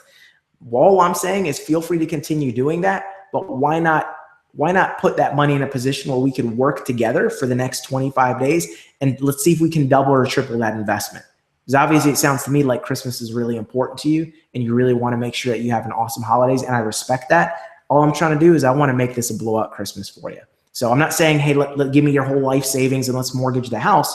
Just let's take $200, $300 or $400 or whatever dollars, put it into this business, and let's work together, and make this the best Christmas. Because right now everyone's in the same position as you. They're trying to buy presents. What we have to offer is a great present for a lot of people. So I'm just trying to put you on the receiving end of the money instead of the spending end. How's that sound? Bam. That answer your question, Rick? Did I kill it for you, buddy? All right. So let's see over here. Working on college students. Let me switch that little promo here. I got that promo for calling and closing. If you haven't yet clicked on that, guys, again, these are just my Cyber Monday, Black Friday to Cyber Monday deals. Click on that, open that link in a new window so you can learn more about it later. I'm going to switch it off of that. I'm going to remove that offer, and I'm going to throw something else on. The other course that I have is Leadership Mastery. So if you haven't clicked on that, I am sorry. Boom, Leadership Mastery. Are you guys getting some value from me answering questions like this? All right. Media Yes For Me is amazing. Thank you. All right, Tassim, appreciate that course. All right. So I want you to think about this. Is this beneficial? Are you guys learning from me answering other people's questions? Is this valuable to you? Are you getting stuff that's going to help you? I might not even be answering your question directly, but are you guys getting stuff from me dealing with other people? If so, I have an entire course on that, which is 9 hours of audios, downloadable audios and video that you can actually watch. So there's audios and video, and it's through a course that I have, little Cyber Monday promo, Leadership Mastery. It looks not to be confused with Calling and Closing Mastery. This is listening to me call prospects, overcome objections, and recruit them. So you're learning follow-up, presenting, closing, the whole deal. How I get people to come up with money that swore they didn't have money. And then Leadership Mastery is me coaching my team. So imagine 9 hours of this, but people asking me questions saying, Cesar, and me crafting their custom pitch. So you can learn, because we all have our own story and our own custom pitch. One of the biggest mistakes that we make is we're going with some generic company script and it's not working because you haven't learned how to tell your own story in a way that's sexy, in a way that attracts people. This course, it's the ultimate course when it comes to leadership, team building, coaching, and pretty much everything. Honestly, it's, I think, my best course that I've ever created of anything in the world, because it's, $297 or 3 payments for $117. That's Leadership Mastery and Prospecting Mastery. I think it's one of my best courses because it's got so much. And it's like you can hear, just plug in your iPhone or your smartphone or whatever, Droid, and just listen to audios of me coaching my team. And I break down in the video. If you click on that button, open it, watch the video when we're done, and you'll see the things that I literally go through and show you. Here's what the conversations are about. All right. So again, you have until midnight Pacific time to do that. All right. So I just wanted to pop that up so everyone has their fair chance to go ahead and do that. And again, none of these courses are available after tonight. So I'm closing the cart. So you choose to buy in tonight or you kind of miss out for the next time. And then the next time that course would definitely be $497 because it's that of the run. Or maybe even, I should probably charge even more than that. All right. So let's see. So let's see over here. Jesus, let's see. If you can show everything on the approach like a video, would you show it to them? If you can show everything to them on the approach, would you show it to them? That's an interesting question. Here's the better one. Okay, this is huge for some of you guys. If it's not comfortable, if you're not, the point of presenting is what? The point of presenting is to collect the decision. And you're hoping that that decision is a yes decision to join. You're hoping they're going to pull out their credit card and buy. If it's an awkward situation for them to pull out, ask yourself this: would this be a good environment for them to pull out their credit card and buy from me? Now, the reason I bring that up is you might be you might prospect someone. And I've done this. I've prospected someone, pitched them on the hood of my car or their car, and gotten them to buy. I have done that. Random stranger, just met them, say, hey man, you got a couple minutes? And I was just that hungry to make some money and like that fired up that I was like, look, I can show you right now. If you give me 5 minutes, give me 5 minutes and I'll blow your mind. And I'd be there and I'd just be like, hey man, so here's the thing, this is what our company does, boom, boom, boom. And I've done that, but, and I've gotten some sales, but I've probably struck out way more times than I have, because they're going to be like, I just met you. You're asking for my credit card on the hood of a car. You know, that's kind of awkward for them to probably spend their money. If it's not a comfortable environment for them to spend money with you and to pull out their credit card, if you can't see them doing that comfortably, then I wouldn't present your full presentation. I never do a presentation until the person is in a comfortable position to actually be able to buy. All right. That's my philosophy. All right, Jesus. So that's what I would say to that. Hope that makes sense. And guys, is this gold? Am I giving you gold or am I just giving you silver right now? I don't know. Let me know. Keep it real with me. All right. All right. So, this is the question of the girl. I think Victor was trying to do it. Well, she's obviously not on the webinar anymore, so I'm not going to answer her question if she's not here. All right. I get a lot of appointments set and then they don't have the time. How do I avoid that? Kim, what I would say is you're probably not creating enough interest. Boy, howdy, is this hard to keep up with all the chatting. I'm trying to like broadcast a question. Bam. All right. So I'm like trying to click on like the question and the scroll bar is moving. So it's like trying to shoot like, you know, the little duck game, like where you're like shooting the pellets, you know, at the carnival, like, and then like the ducks are moving. All right. So here's what I would say. You're not finding the problem is what's probably happening. And you're probably not doing a takeaway.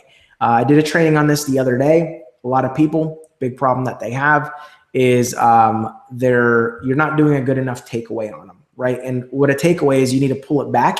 And if they're saying, oh, I don't have the time for the appointment, I would try to work within a time period, number one, that's congruent to them. So if you're trying to sit down and you're like, hey, come over for an hour, go to this hotel meeting, or let's do coffee. If, you know, do you have a video presentation? Maybe you can hit them up with instead, you know, sit them and say, hey, when are you gonna be by a computer for 15 minutes? That's a lot of what I do, you know, and I say, great. All right. All I need is 15 minutes. You in front of a computer and me to be on the phone. All right. And then I take them on the phone, walk them to a computer, have them type in the URL, give them a little pre-video setup, have them watch the video. I hang up the phone. They call me back in 15 minutes and then we close it out. You know, so do you have something that you can maybe do that with, Kim? You know, and again, make sure that you're finding a problem. You know, if you're just prospecting someone and then you're following up and you're not really like finding out what the problem is, like, hey, why are they open in the first place? Why are they looking? What can your opportunity do for them that nothing else can? Ask yourself that question and then go from there, you know, to, you know, solving that problem. Say, hey, listen, the other day when We spoke and you said that you were keeping your options open because, you were looking to make some extra money for the holidays and this Christmas. Were you serious or were you just kidding around about that? Great question to ask. Hey, when it comes to the other day, you said that, you hated your job and you were looking to go full time. Were you serious or were you just kidding around about that? The other day when you said you kept your options open, were you serious or were you just kidding around about that? And then whatever they say, if they go, oh, no, I was serious, I say, okay, well, if you're serious, here's what I can do for you.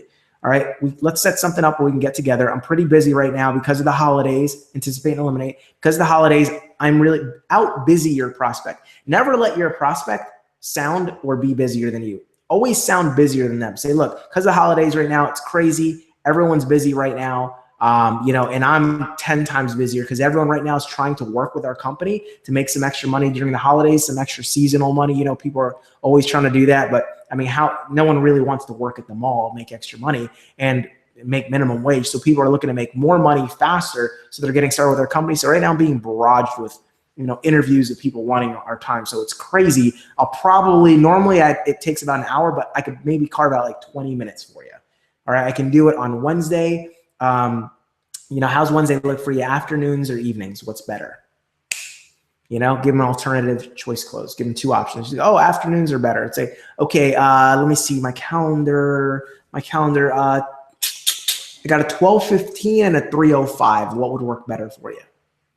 And pad 5-10 minutes, on it. Make it an odd number for your appointment time. Because then they're going to be like, damn, this person really is like running quick. I mean, they're not just going, if you're like 3 o'clock or 5 o'clock, that's standard, right?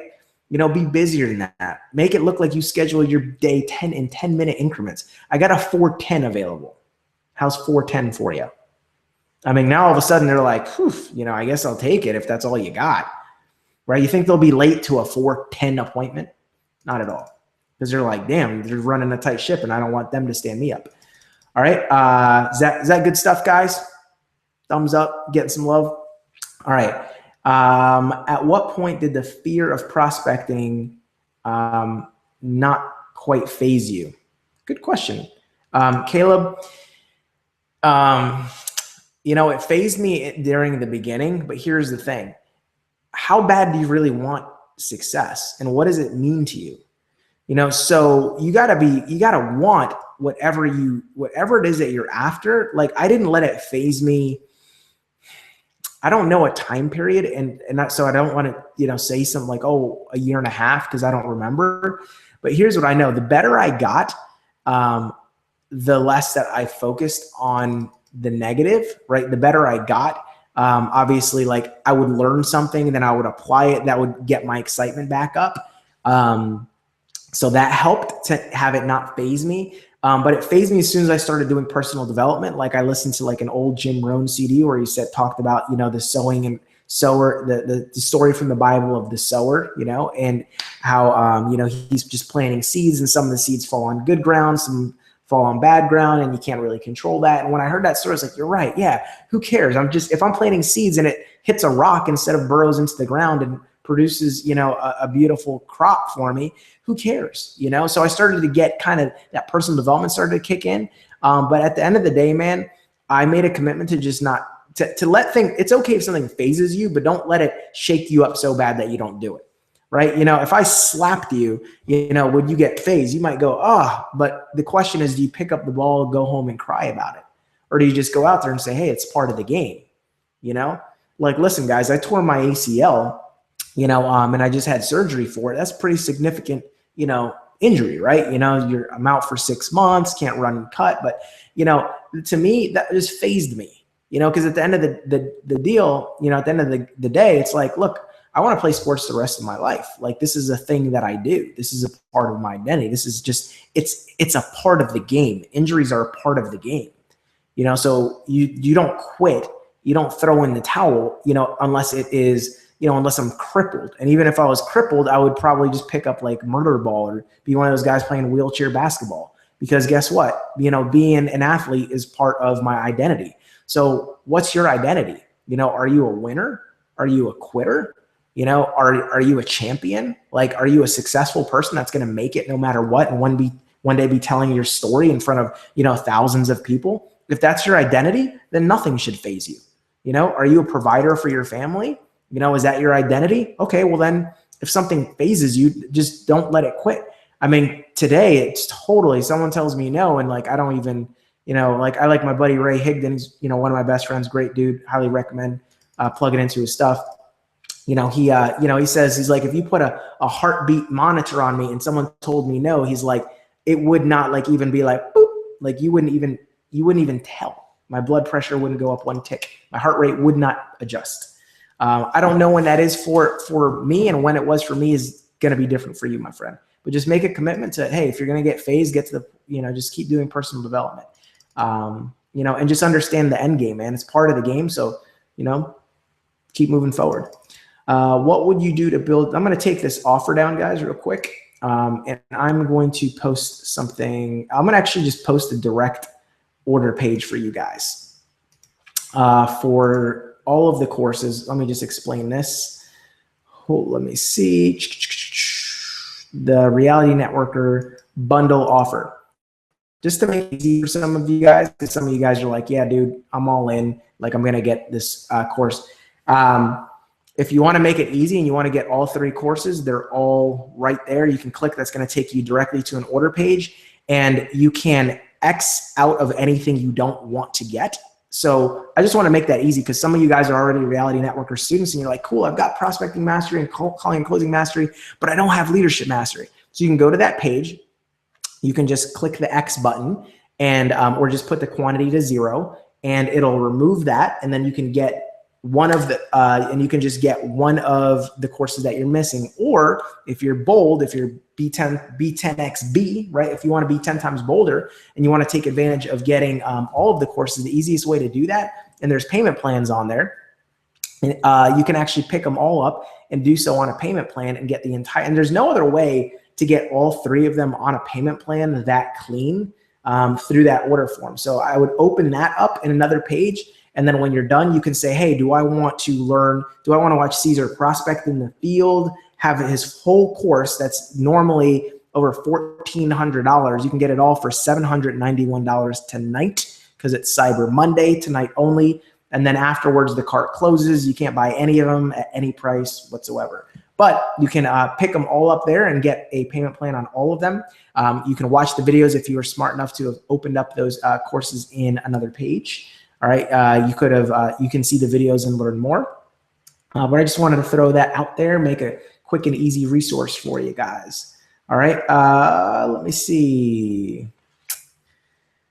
All right, let's see what other questions. All right, thank you, Paula, saying it was a pleasure. I got all 3. Yeah, if you guys have Reality Networker, the entire series or any of the courses, do me a favor and just post, you know, that you have it. I would love for you, and just say like your honest opinion. Do you think people should get it? Do you think someone should get 1, 2, or all 3 courses? If you own all 3, post what you think, you know.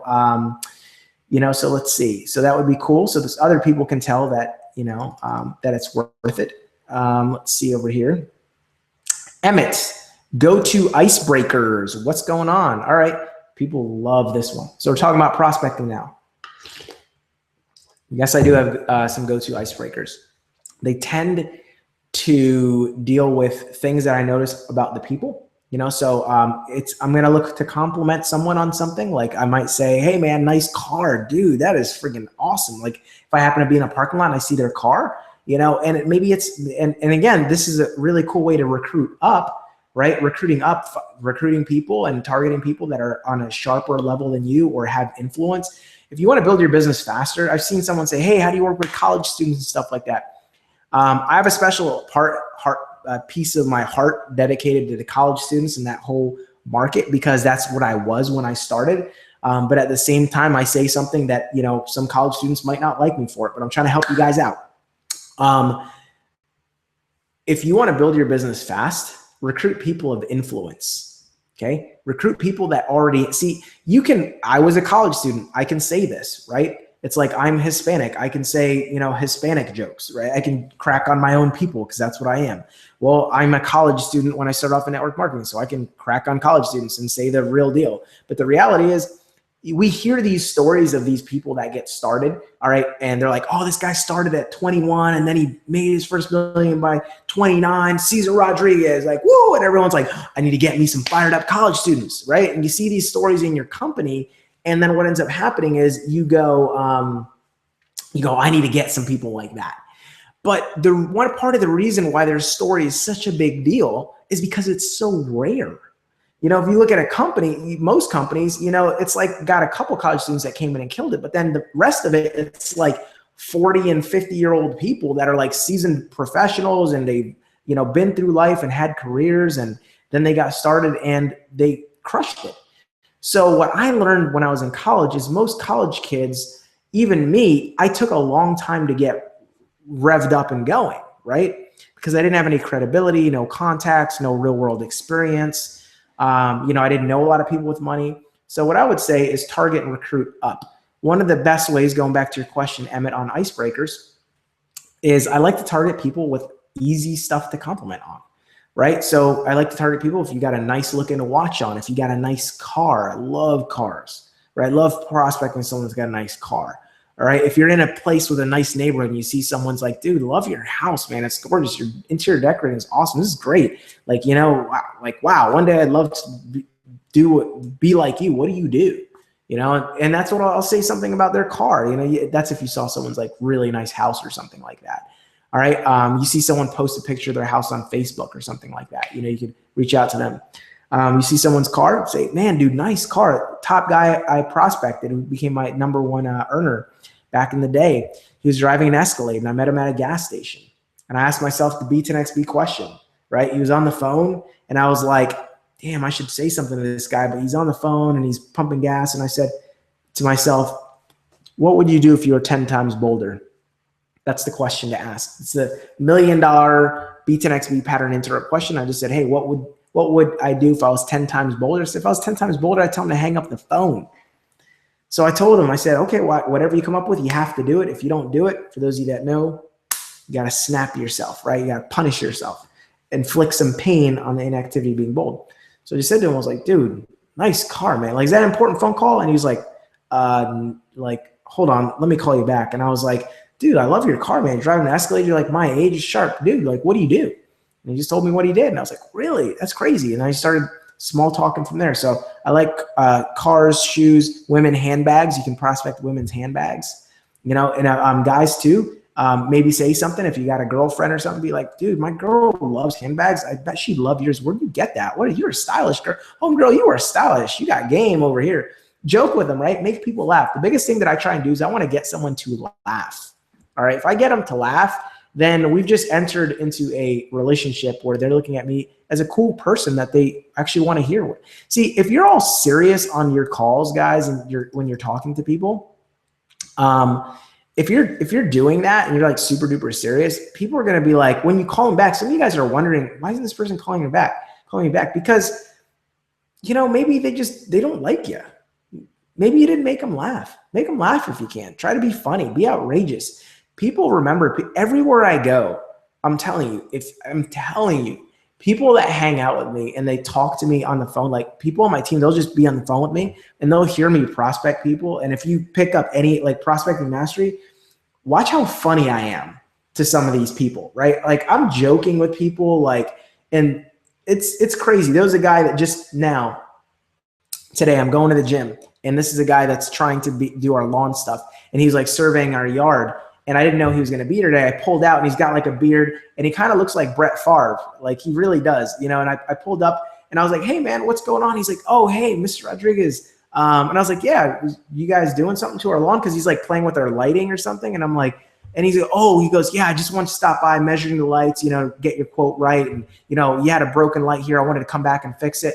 And I was like, oh, cool. Oh, that was really awesome of you. And I was like, dang, dude. I was like, cool. I was like, I just had to pull down my window. I was like, why the hell is Brett Favre in my driveway? You know, and he just started laughing. He was dying. He's like, dude, everyone always says I look like Brett Favre. I was like, cause you do, bro. You know, and like, that's what I do. I carry that energy with me everywhere I go. When I'm at the shopping, like when I'm shopping, I'm trying to make everyone laugh. That's it. Guys, take some of the pressure off of trying to like make money and just be a light in people's lives. Be a person that they have a conversation. This was a big thing. My goal is to have someone talk about me at dinner. One of my goals is, look, if they don't buy anything, if they're not interested, I want to be a dinner conversation. right? I want someone to get off of work and be like, "How was your day, honey?" "Oh, it was horrible." "Oh, this one guy, so funny. He came in and let me just tell you what he said." Or, "Oh, I met this guy. Yeah, he actually said this great. He mentioned both that his company was looking for people, and he mentioned me." I'm like, "Well, how'd you do? Well, I don't know. He seemed like a really cool guy. I don't know. He said he'll call me back, so I guess I'll wait for that." I want to be a conversation, guys. So be a conversation for the people. All right, so make that your mindset. All right, so those are some of my go-to icebreakers. The biggest thing that I do is I want to find out where they're from and what they do for a living. So I'll say whatever I say to just find out, "Hey, you from here? You are? Great, that's crazy. Our company's looking to expand out in this area. How long?" Or I'll say, "How long have you been here?" "Oh, perfect. You're just the type of person I've been looking for." Probably not you, but you might be able to help me network. I'm trying to find some people that are pretty business-minded and entrepreneurial. Who's the sharpest person that's business-minded, looking for a career where they can make 6 figures or looking to make some money on the side? Who do you know like that? Someone asked me a question about college students, didn't even read the full question. How did you use something about a college? Here's how you do it when you're young. College don't have credibility. You take it off yourself. Say, "Hey, look, I'm actually working with this guy. He's one of the top guys in our area. And they're actually, he's doing some looking, and I just figured, hey, let me help out. I just had a vibe from you, man. I just looked at you. You just look like a friendly person." This is the most random question probably in the universe, but something tells me you're a friendly person and you might be able to help me out. Just crazy throwing it out there. What do you do for a living? You look sharp. You have like a professional air to it. Or you shot me a nice smile when you walked by. So I noticed like you must be a people person. You work with people, don't you? What do you do? You see that? So I compliment people on their energy a lot. So when you're perceived as this down here to a person that looks at you like they're there, take it off of you. Stop trying to be the deal. Stop trying to fake them out and be like, "I'm actually sharper than you. Listen to how professional I talk." Just be like, "Hey man, I'm just like a little scrub kid. I don't know anything, but I happen to work with a guy that's like the freaking deal." I'm like, act like you're the assistant to the head, freaking CEO. Like, "Hey, I'm trying to look good in front of this big boss of mine, and maybe I'll get a promotion or something. If I help him on his search to find someone sharp that's qualified for what we're doing, do me a favor, help me out. Do you know anyone?" And they might go, "Well, what is it?" Say, "Oh, well, here's what it is. I work with a company. We do this, that, and the other." I mean, probably not for you, but I don't know. Maybe it is for you. Maybe I shouldn't judge you. Actually, what do you do? Bam. So there you go. Guys, how is this stuff right now? Is this helping? Is this good stuff? My freestyling. This is why I like the live rapid fire stuff, man. I just go, and then, hopefully some of the stuff I say works. All right. I'm just kidding. I know it all works. I just hope that you guys are listening to this going, this is cool stuff. All right. Jeff saying Reality Networker is awesome and well worth the investments. I'm looking forward and ready to buy Cesar's what is this? Cesar's Reality Networker version if it comes out. It is out right now. You can get Reality Networker, whatever pieces you're missing, it's there. All right, so if there's a piece that you're missing, you can just pick it up right now. I put the order page there in case you guys are wondering. All right, so Jeff, I don't know if I got what you were saying there, but thanks for the shout out, man. Glad that you liked it. All right, let's see, Tanya's question. How many times do you attempt to connect with a prospect and show the presentation before throwing in the towel? I go by a 3-strike rule. Is that good also? Yep, sounds good to me. Also, once you've been stood up, do you lose posture when trying to wait out and try to connect again? No, you don't. You don't have to lose posture. You can say to someone, let's say they stand you up. I would call someone up and I would say, "Hey man," and I would tell them, I'd say, "Hey, listen, I know we had this appointment, at the coffee shop. I don't know if you ever ended up showing up. I was there for like the first, 7 or 8 minutes. I was there for about 8 minutes. And, I don't know if you were running late or behind or whatever, but man, the way that my schedule is just so jam-packed, I had to go. I carved out about 15 minutes. I figured I'd get a jump on my next appointment. So I had to bounce out of there and get. So I'm really sorry if you showed up like 7 or 10 minutes punctual and I had to be out of there. So I apologize if you showed up late and I wasn't there. I didn't mean to stand you up. Do you guys get how beast mode that is? You're just like, I didn't mean to stand you up. Like, so I'm just calling to apologize because you were probably late. And then they're going to be like, "Oh no, I couldn't make it." And then they're thinking like they ducked you out and you're like, "Look, I didn't even have time for you. Like, you're sorry if you're like 5 minutes late. I had to go, man. I keep it tight." Is that strong? That was strong. I don't even need to hear you say that was strong because I know that was. So that's what you would do. And 3 strikes, that's fine. You know, just you can follow up with them later. You know, so that's work. If that's working for you, I think that's cool. 3 strikes, you're out. Just keep the deal is if you keep your funnel full, guys, then, you know, you can do a 1 strike rule. Like I'm kind of like that, man. If you stand me up, like I'm like, dude, you're done. Like I might call you back just to play that posture game with you so you don't think you stood me up, you know, but I'm going to let you know, say, hey man, I'm real busy. Look, I don't know if you were serious or were you serious or just kidding around, man? You know, because if you're not, you don't have to like duck me out like or anything like that. I have to like, oh, I didn't even show. Oh, great. I don't feel as bad anymore. All right. All right. As a college kid, how do you make the high-end prospect listen to what you have to say and interested? I think I just answered that, Kevin, so I'm going to scratch that. Talked about that, right? You know, be the low guy in the totem pole, all right, and edify a third-party person that they can't see because now they can just only imagine that person is on their level. So you actually remind me of my mentor, you know, back in the day, you know, before he made his first million. He was just like you, working hard, doing the deal. You know, you ought to talk to him, man. Maybe I'll introduce you guys sometime. All right. What's your posture like when recruiting up? I'd like to be like you. Then how do you get them to join? Liz, you should probably pick up my Reality Networker Prospecting Mastery course. All right. That will show you how to prospect. And you'll see me actually doing it in the field. What my posture is like, I'm playful. All right. And like, you'll see me, I recruit up a couple times, you know, you'll see I'm very in that video, I'm very playful, you know, and I'm very quick because when I'm recruiting up busy people, they don't have a lot of time to lollygag.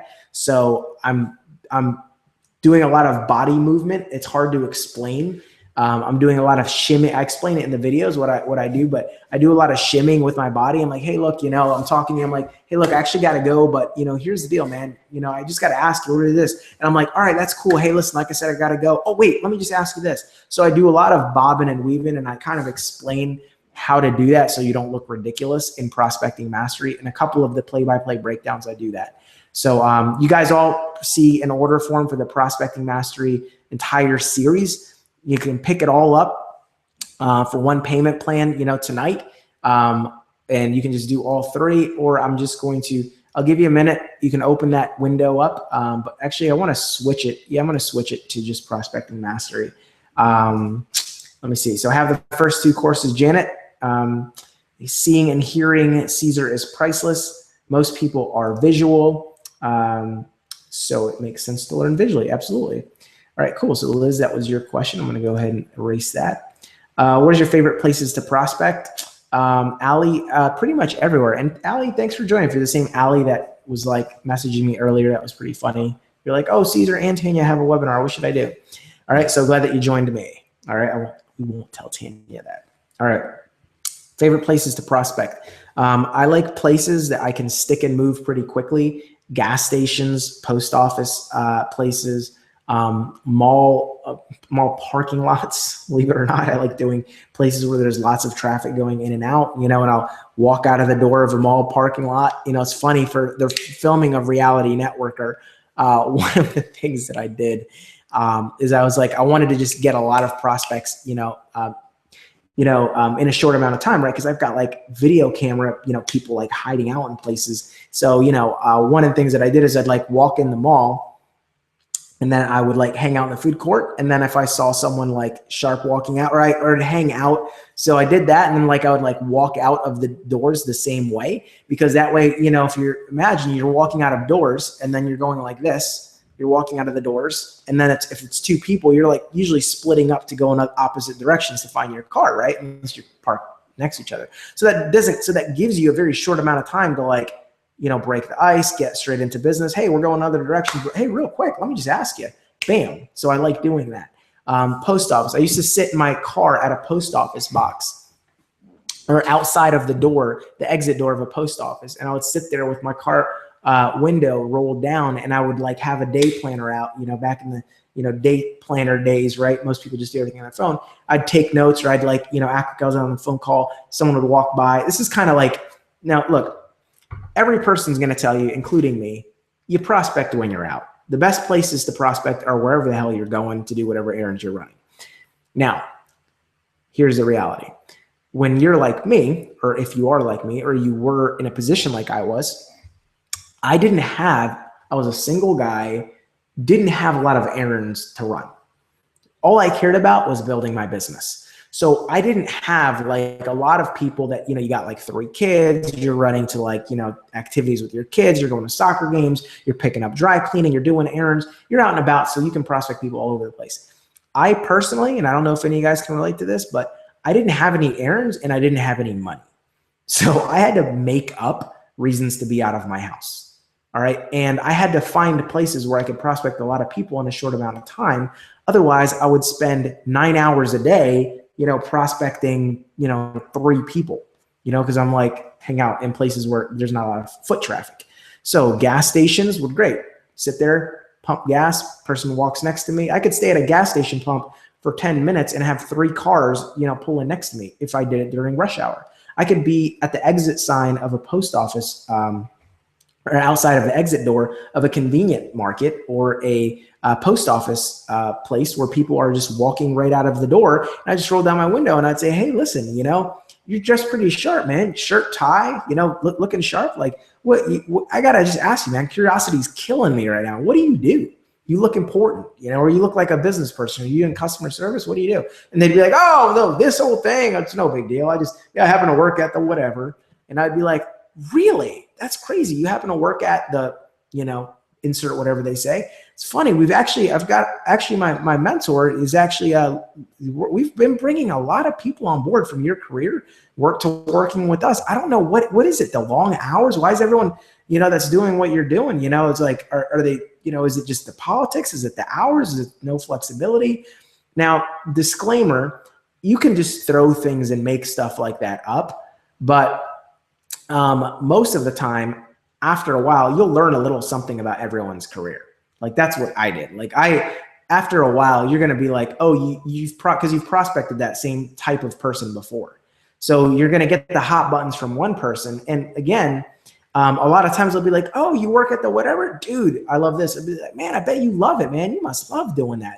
How long have you been doing that? Oh, 5 years. Dang, man, you must really love it. And they're going to be like, no, I hate it. The hours are so crappy.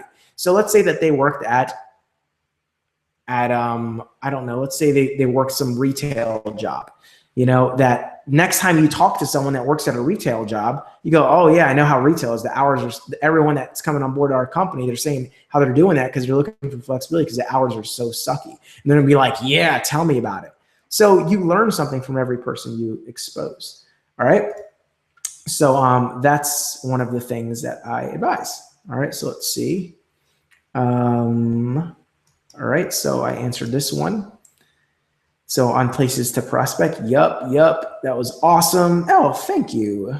All right, Edgardo. All right, how many phone numbers do you get in a day? It depends, my man. It's all, John, it's all about, whatever you can do. I mean, me personally, I think that's probably irrelevant at this point because it was different most of the days. I had a minimum. 2 was the absolute minimum that I did every single day. Now, yeah, that doesn't sound like a lot, but if you do 2 a day, every single day, that's 60 new prospects a month in a 30-day month. That's 60 new people that you're exposing to your business every month. Doesn't seem like a lot, but scale that out for a year. All right, that's decent. Okay, that's decent. On the real, when I was hustling and when I was really grinding, it would be more like 5 to 10. Sometimes I would get, there were days where I'd get 14, 15 numbers a day. As I started building my business, that became less necessary because honestly, 5 people a day is a lot to manage. I mean, after you do 5 a day for like a week, you're going to start forgetting who the hell you prospected. Right? You're going to be like, because you're calling people, you're getting their voicemail, then you're calling them the next day. And then you got 5 new from yesterday and then plus the 5 from the day before and the day before that, so you've got ample people to start following up with. Okay.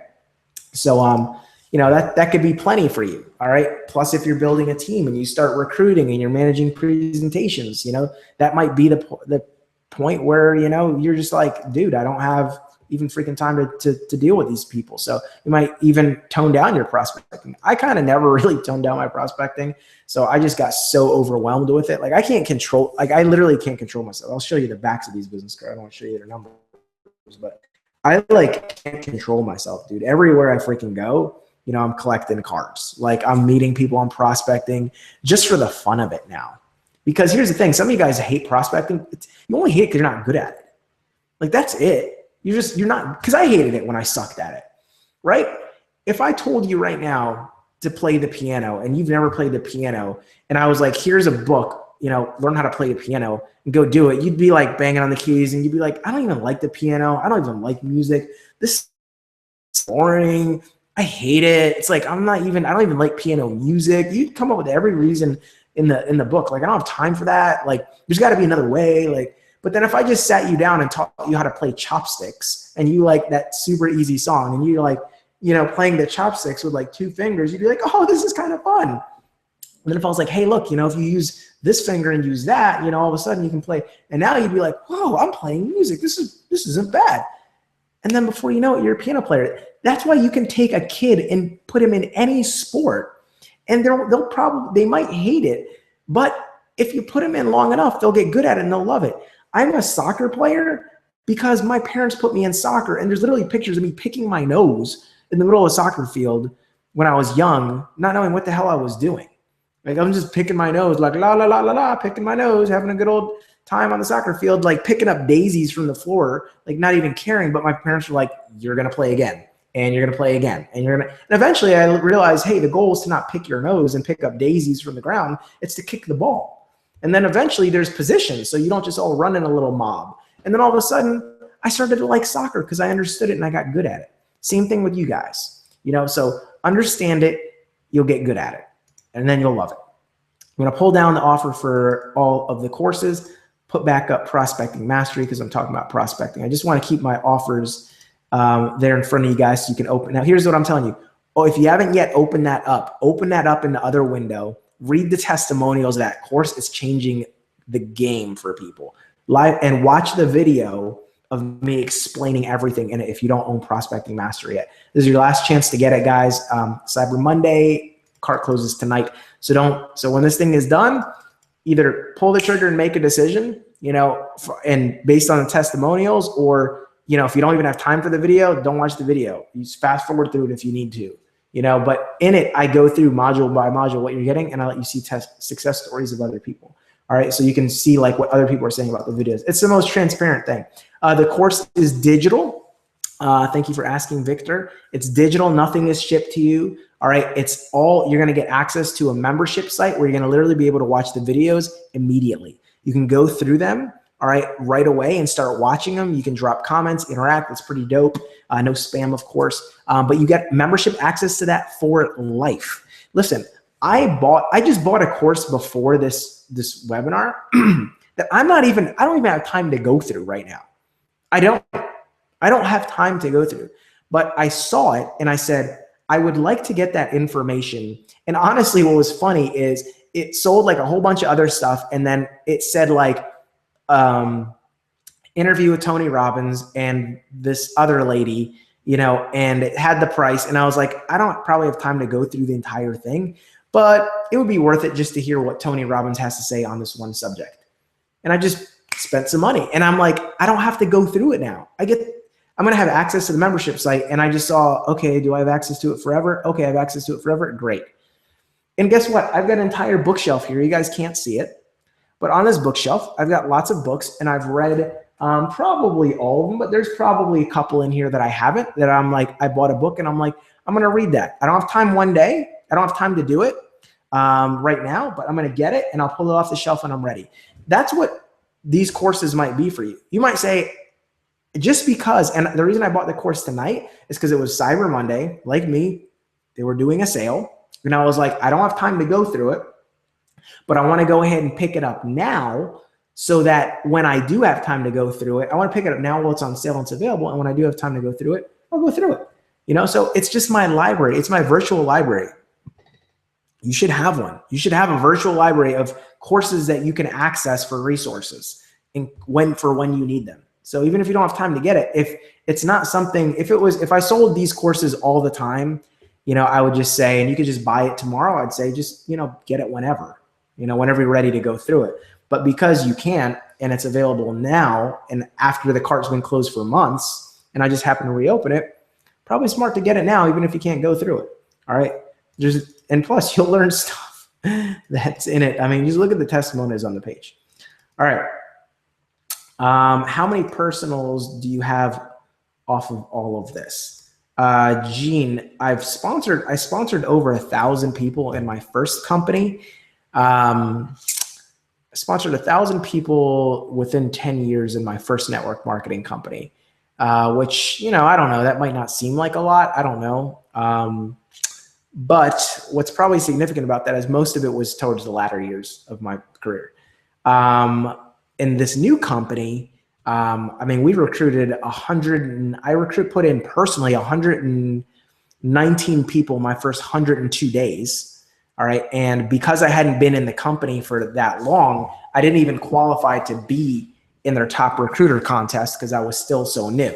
So like, I think in their top recruiter of the year, you have to be in for like, a certain amount of time is what they told me, because we put in more than 100 people that year. But then the next year, I don't know, we did over 100. I mean, I don't know. I probably had 100 personals sometime during the beginning, like sometime around mid-year, I probably put in 100 people, and when I say Tanya and I also, my fiance Tanya, we recruit people and put them in together. So I mean, who knows, this year, maybe we're at 200, I stopped keeping track. The company will just tell me at the end of the year,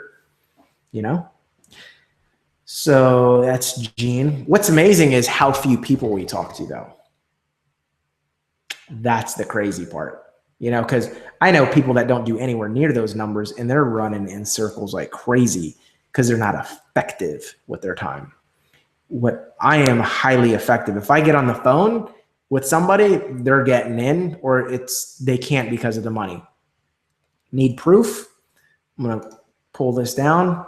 Who's got calling and closing mastery? Does anyone have that course? Let me throw that one up again, just so you guys have this course right here, calling and closing mastery. If you haven't clicked the link to open that, learn about that course. It's me calling up prospects. And like, you literally hear how I create urgency and everything that I do, like how I create urgency right off the bat, create a story, grab their attention, go into it. What I say before my presentation, after the presentation, how I do it. Like it's badass. I mean, if I do say so myself, because it's real. It's exactly what I say. And trust me, some of the stuff that I say, not the stuff, I know it's not the stuff you're doing. All right. Do I have a daily routine? David, I would probably be better if I did. At this point in my career, I don't have a consistent. Tanya is a lot better. Tanya has a flipping routine that I don't even understand. Like, she has a timer on her phone. She starts off her day and there's like a timer, and it like goes gong like after like every minute to make sure she's on track. I mean, this woman is a beast. It's my fiance. I'm the opposite. I like wake up and I'm like, wake up when I'm done sleeping and I'm like, oh, yep. All right, so what do I want to do today? I'm going to go do some cardio because we got a new gym in our house. It's pretty badass. We got it, and it's still coming together, but we got a cool like little stair climber. I'm going to do some cardio. I'm going to listen to some personal development.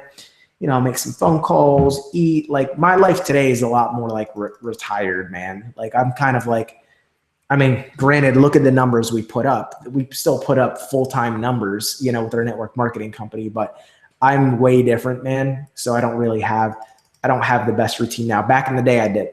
Back in the day, it was wake up, personal development for 30 minutes.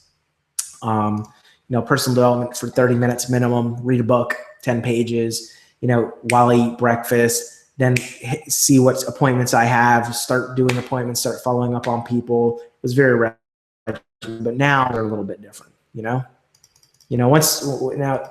should you guys do what I'm doing now? No, do probably what I did before. Make $1 million a year, maybe do what I do. today. Maybe you relax, enjoy your life.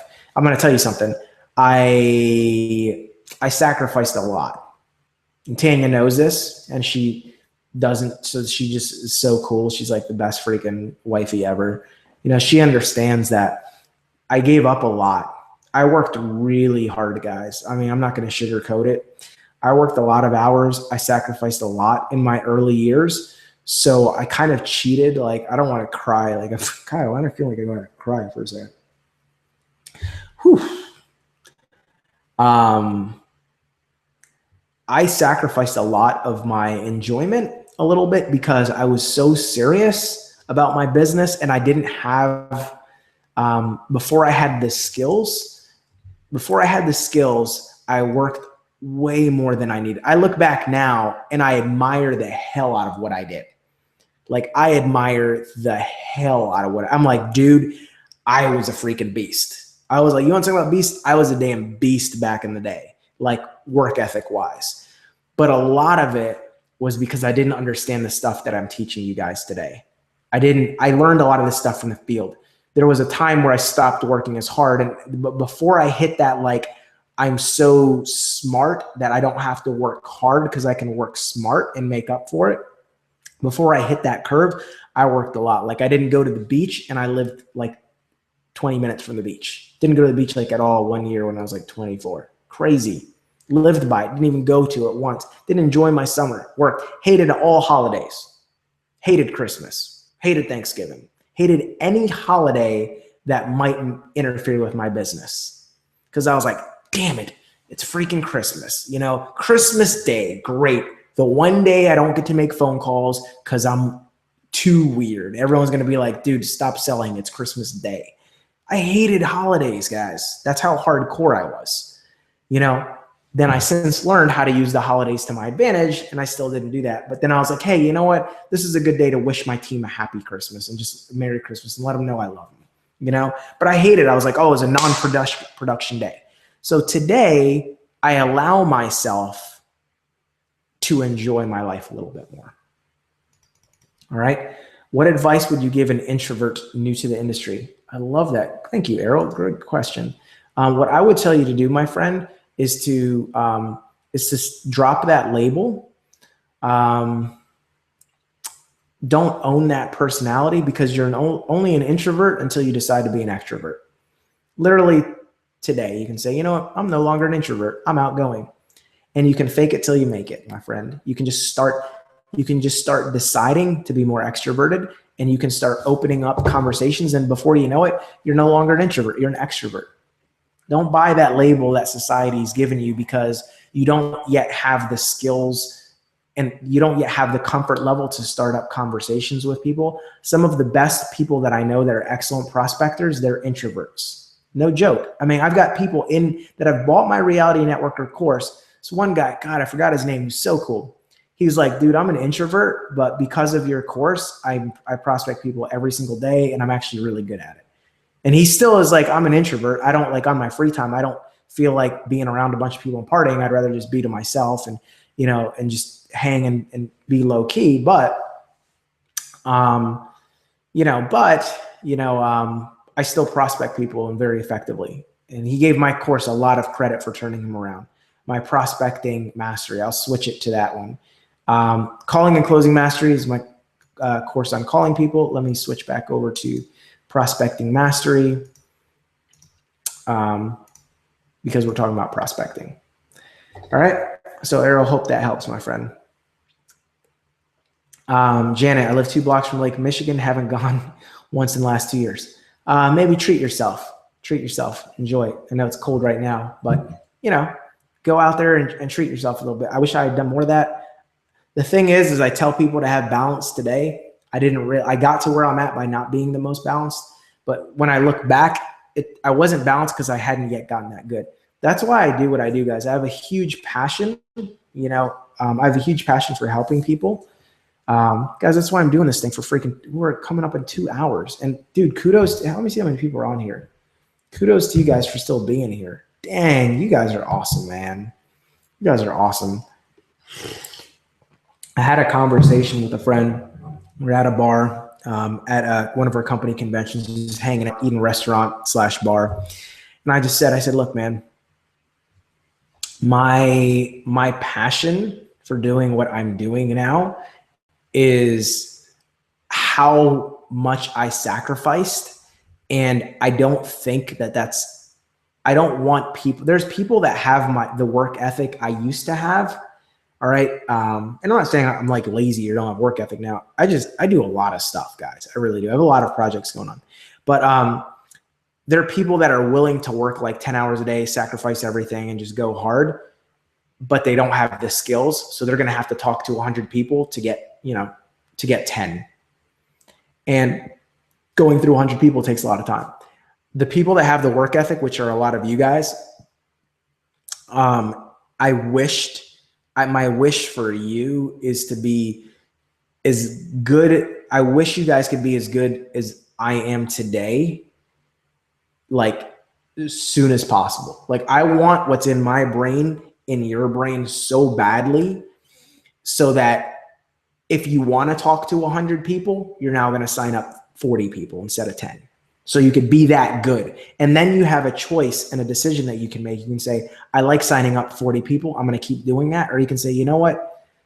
I just needed to sign up about 10 people. I like now that I only have to talk to, to 40 people to do that, or whatever the ratio would be that makes sense. I like now that I can work a third as much, or I can talk to 30 people and now get 10.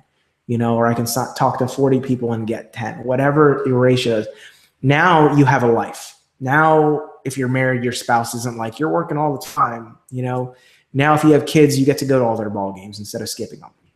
Now, if you have a job and you need to replace your income and you've got a big income to replace, now you can talk to 100 people and actually replace it. Whereas before, you couldn't afford to quit your job because you talked to 100 people and you couldn't, it still wouldn't give you full-time income and results. So that's my passion. Oh, dude, Warren, I love you, buddy. Look at this. Big shout out to my man, Warren in the UK. Oh, thank you, Gabriella. Big shout out to Warren saying in the UK time, it's 3:50 a.m. Still loving this, so much value. Oh, that's what it's about. See, how many people are weak and hopping off? How many people hopped off after 30 minutes because they wanted to get some sleep? My man Warren's over in the UK going 3:50 a.m. still on. How many of you guys, if I did this webinar and said, hey guys, this thing starts at 2 a.m., would you have still been here? A lot of you guys have been like, I got to work tomorrow. Oh, I can't do that. Warren, you're a beast. Love you, brother. All right. So what is your suggestion for prospecting financial services products? Angela, you're probably in WFG or Primerica, I would imagine. So what I would do is I would build a really good, quick, fast relationship with people. And I would set an appointment, for when you're doing prospecting. There's a lot of sexy questions that you can ask, in your industry. I would find out what those questions are. There's a lot of sexy questions we could all ask. You can say, hey, listen, I heard someone post this, and this was, I think it was someone in Primerica. They said a really cool line. I kind of like, they were like, and I haven't tested it, so I can't say how effective this will be, but they said, hey, look, if I could show you how you can save 50% on your taxes, if I could show you could save 50% on your taxes, would that be something you'd be open to? So that way you could use that money. If I could show you could save 50% on your taxes, would you be open to reinvesting it into your own personal self-development, or something else? They just said, like, would you be open to doing that to maybe get away from your job? So the whole pitch of the 50% on their taxes came from how much money you get to save as a home-based business entrepreneur. So they would show people, they'd say, hey, look, this is how much money you can save when you're an entrepreneur. And they just would go into a pitch at, hey, as a home-based business, you can write off your cell phone, you can write off your, percentage of your home, you can write off things like your car, mileage, blah, blah, blah. So they would show them that, right? They would show them that you can save money on your taxes just by being out. So guess who can use that? Anybody, right? We all can use that if you're in a home-based business. All right. Now you got to make sure that you do what's called paying it off. So So if you're going to give a hook, you got to make sure that you know how to pay it off. So you better know how you could show them how they could save 50%. This guy obviously has some type of refined pitch that I'm sure he's got down that says, hey, here's how the average person does that. Or that, you know, so I mean, that's a bold claim. You just better be able to back it up. Got nothing wrong with being bold, but just back it up. So that's what I would do. Also, like if you're just prospecting in the cold market and you're in the financial services business, which is the best thing to do, you want to prospect face-to-face if you're doing something like that, because that's half of the battle, is just building that rapport. That first couple of seconds, they got to be like, yeah, I'd do coffee with you, because you kind of got to sit down and go on their finances on stuff. Like you can't really do like a good online presentation, you know, with like financial services as much. So because I've got tons of fans in that industry. So what I would tell you to do is to make sure that you're edifying somebody else, and make sure you're edifying your team, telling a story that's bigger than you. Because if you're out there and you maybe, I don't know how old you are, what you look like, but if you were, if you didn't look like a financial planner should look in their minds, they might be a little weirded out like that. They might go, you know, if you start talking, hey, let's sit down, let's talk finances, and you look like you're like 17 years old, like I did when I was 21, you know, they might not buy that. But if you said, hey, listen, you know, it's interesting, I got a business partner, I happen to be working with I work with a large financial firm, you know, here in town, across town. I don't know if you know, got a team of pretty successful people. You seem, you know, every person that I know that's kind of doing what you're doing, they're really interested in saving money on some taxes. And, you know, I could probably introduce, if you want like a consultation, I could maybe see if I could set one up for you and maybe someone like that, blah, blah, blah. And I would play myself down. I'd say, look, give me your number, I'll get back with you. And then I would still call that person back and say, hey, look, you know, before I introduce you to some of the big dogs, why don't we just do this? I met you, like, you're pretty cool. Like, I feel comfortable just instead of having you come to the office, let me just do this. I'll just meet with you. I'll give you a little, you know, I'll give you a little taste test of kind of what we do, some of these ideas. And if you like what you hear, you know, then we can kind of talk about going to the next level, you know, bam, you know, and I would maybe do something along that lines. You know, if you were going in with the product. So again, I'm not because I don't do what you do specifically, I don't have all the sexy hot pitches that you probably know, but if you were to splice some of those in, that could work. But I'd play myself down maybe, and just make sure that you play up other people. Unless you happen to look like my mentor did. He looked like 55 years old. He looked like he looked like he could be a successful financial planner. Most people don't fit the role of what another person's stereotype would expect. So I like to just always play myself down. You know, even today I play myself down a lot. I do. So let's see. When you recruit up early in your career, how did you handle getting them started and coaching them? In my case, mentors are on the other side of the country, so I'd be the official go-to person. Good. You should. When you recruit up, it doesn't matter. You know, like you can still talk about a third-party expert and then still be that go-to person. Say, hey, listen, you can still edify someone else and recruit up, but then you still go belly to belly with them. Say, hey, listen, you know, I was talking to my mentor. Here's the deal. He's on the other side of the country. Time zone isn't convenient for him to tell you this. So he told me to tell you everything that he's told me. So officially what I'm saying is basically coming from him. So here's what you need to do to get started. Okay. So once they're started, here's what we need to do. And always talk about that. Dude, I do that now, today. Like when I go to pitch how our company comp plan is structured to people on our team, as I say, hey, look, here's what we do. Here's how we build. I didn't create this. This is coming from the #1 earners in a company. What they say to do is you build like this. And then I say, this is what you do. All right, by the way, this is coming from boom, boom, boom. This is what you do. And I am that. Even if I make something up, I'll still give it credit to someone else sometimes, just because I don't want everything to be like, I said do this. I said do this. I want to be like, Simon says do this. And I'm not Simon, right? Ever play Simon Says? You're really Simon, but you have to say, Simon says, is your name really Simon? No, Simon's this third-party person whose character you're playing, right? I'm just freestyling this analogy, but you know, Simon is like the other person, and I'm just saying, hey, here's what Simon says. You know, I'm like, hey, here's upline says do this. But it's really me telling them, you know, because a prophet is never recognized in their own town. I didn't make that up. That comes from the Bible. Good book, good personal development book. Okay.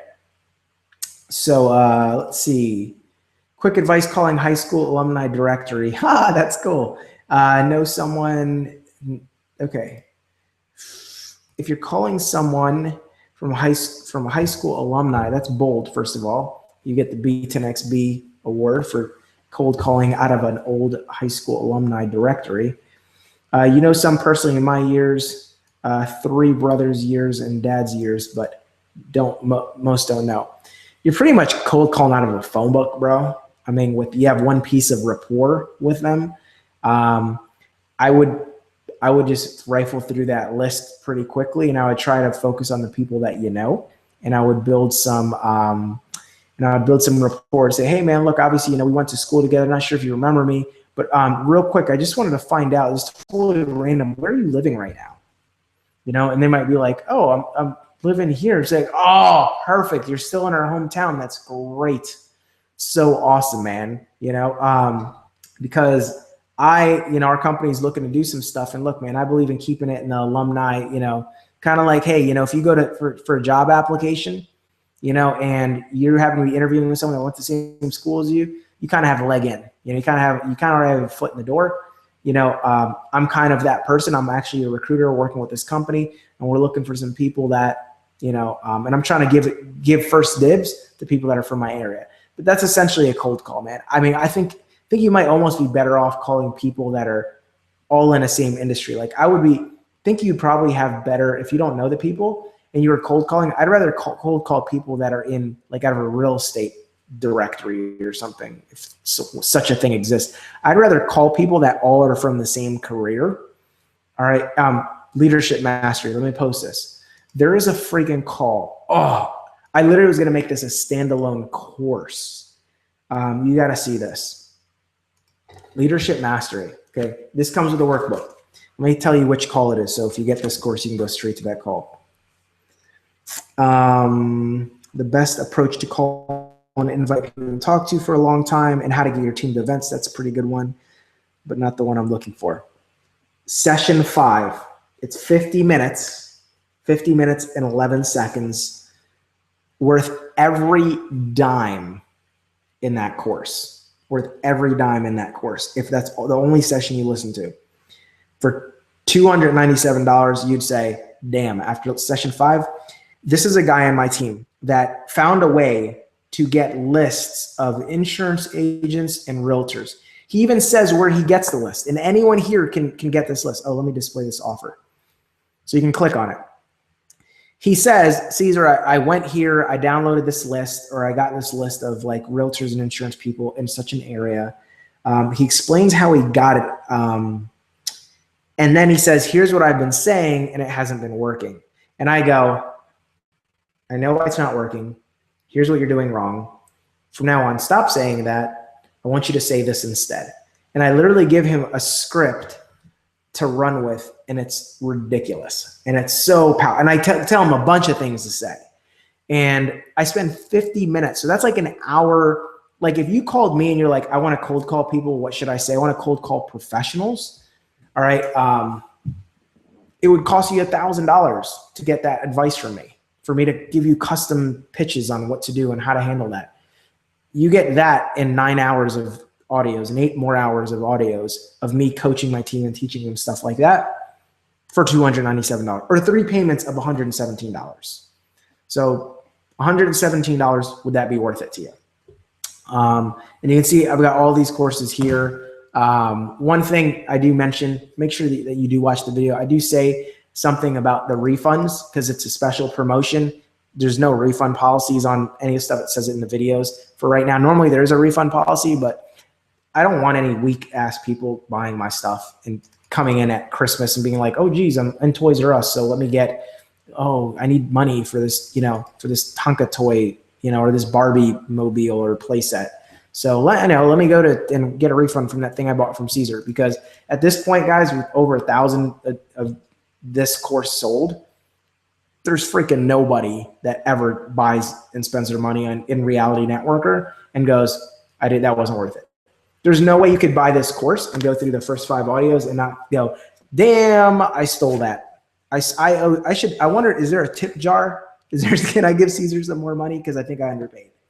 You know, all of these courses were designed to sell at $497 minimum each $497. And then at the last minute, I said for a pre-launch, we'll do it for $297, and then I'm going back up to $497. But because it's Cyber Monday, biggest online shopping day of the year, right? This is the day where everyone, you know, you cyber, so because you buy online, it's like the Black Friday of the internet. So everyone's getting a huge discount. You can't go through those first five audios just listening to them, not counting the videos, not counting the workbook, and go, that wasn't worth it. So, you know, you're all in. If you get that course, dude, and trust me, it'll be a game changer for you. But I wouldn't cold call those because every call is random and you have so little in common with them. I'd rather call someone in the same career each time and say the same things, because with each call you'll get better, right? Each realtor, you'll say, here's a realtor objection. Here's what they're going to say. Let me take that out before they say it. How did you identify your mentors? When you did, how did you get them to want to work with you, especially if they're super busy? What's in it for them? Great question, Trina. You want your mentors to work with you. Reach out to them. Tell them, I'm serious. I just want to put myself out there to let you know what I'm about to do, and do what they say. Craziest thing in the world, right? I get off the phone. I coach people.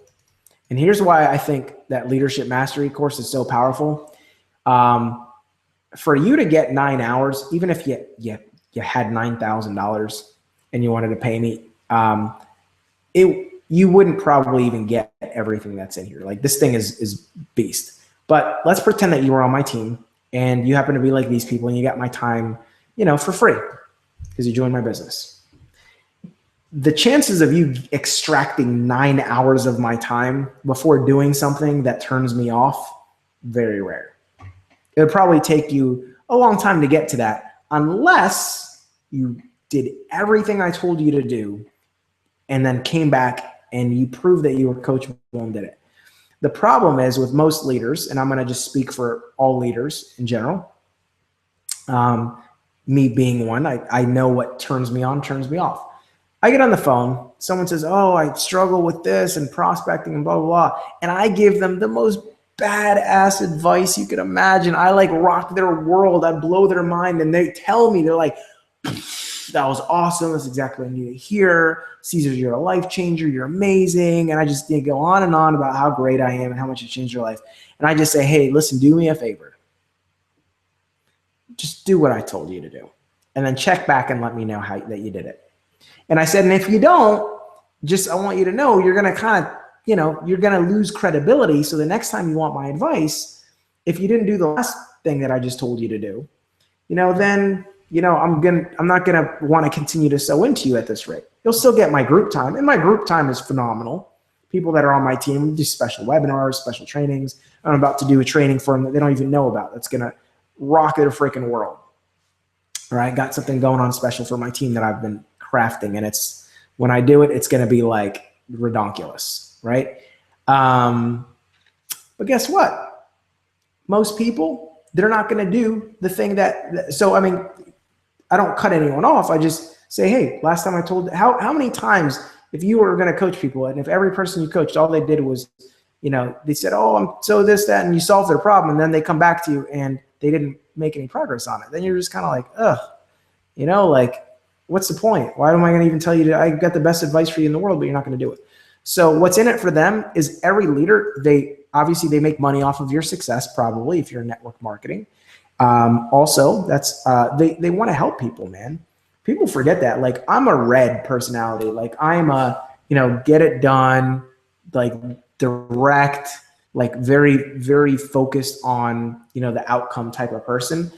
But everyone is all colors. Like, I have why am I going for 2 freaking hours now? Because I want to help people, man. And I can't explain it. It's like, someone helped me, so I want to give back. People that became successful, someone probably helped them.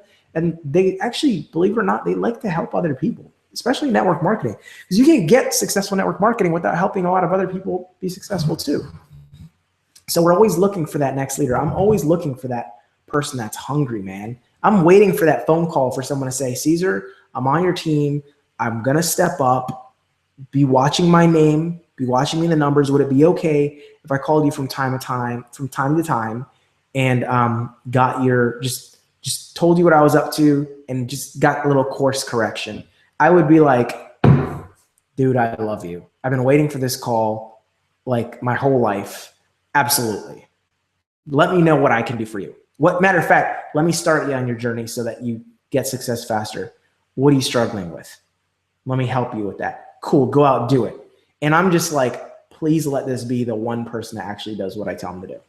Because if they are, they're going to be freaking successful and wealthy, and they're going to share my name on stage, and their children will be thanking me one day. And they'll be like, thank you on stage. I want to thank God. I want to thank this person and that person, my mom, my dad, and I want to thank Cesar.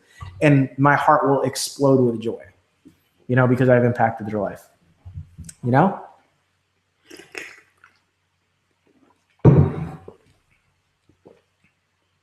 Let's see.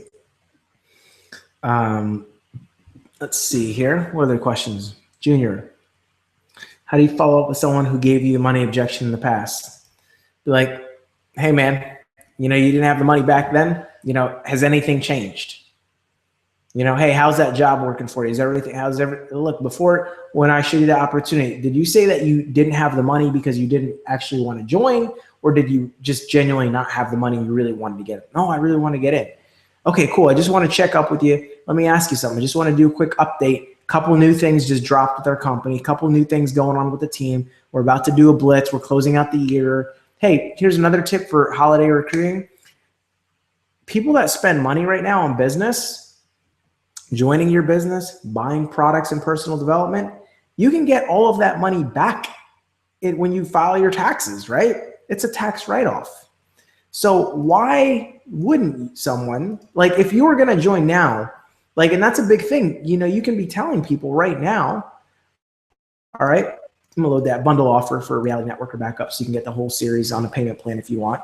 But here's the smart thing. If you're kind of smart, if you're smarter than most, and educate your prospects so they are smart, I want you to understand something, man. It's a tax write-off, joining your business. You know, so you can call someone up and say, hey man, look, I know before you gave money objection, money was tight, but look, right now, anyone that joins during this month of December, the cool thing is taxes and filing taxes right around the corner, right? I don't know when you file your taxes, you can file them on April, you can get a jump start and file them in January. But look, man, you get to count this as a tax write-off. So I found a way that you could actually join for, you know, practically free, or you could join and then get your money right back. We'll help you make money, but you could go ahead and write it off on your taxes. You know, get with any accountant, file your taxes super quick, write this off as a tax write-off and get the refund. You know, bam. So your products, your investments, all right, right now, do you know at the end of the year, what Tanya and I do? This is when we buy new computers, we buy, you know, plane tickets to go everywhere that we're going. This is when we stock up, we buy all the courses. I'm like looking for stuff that I could buy that's a tax write-off. I'm buying courses I'm not even going to go through now because number one, it's a good deal because it's Cyber Monday today. But right now I'm buying everything I can because I'm like, it's tax write-offs. Right now, Reality Networker, right? You can pick it up there. There's payment plans. But if you had all of the money, wouldn't you just saying, like strategically, wouldn't you want to pay for the whole thing in full? So if you've got the money, if you know you're going to pay it anyway, you can choose a payment plan. The payment plans, they add it's a little more expensive by the time you pay it out, right? Like with anything, interest and whatnot.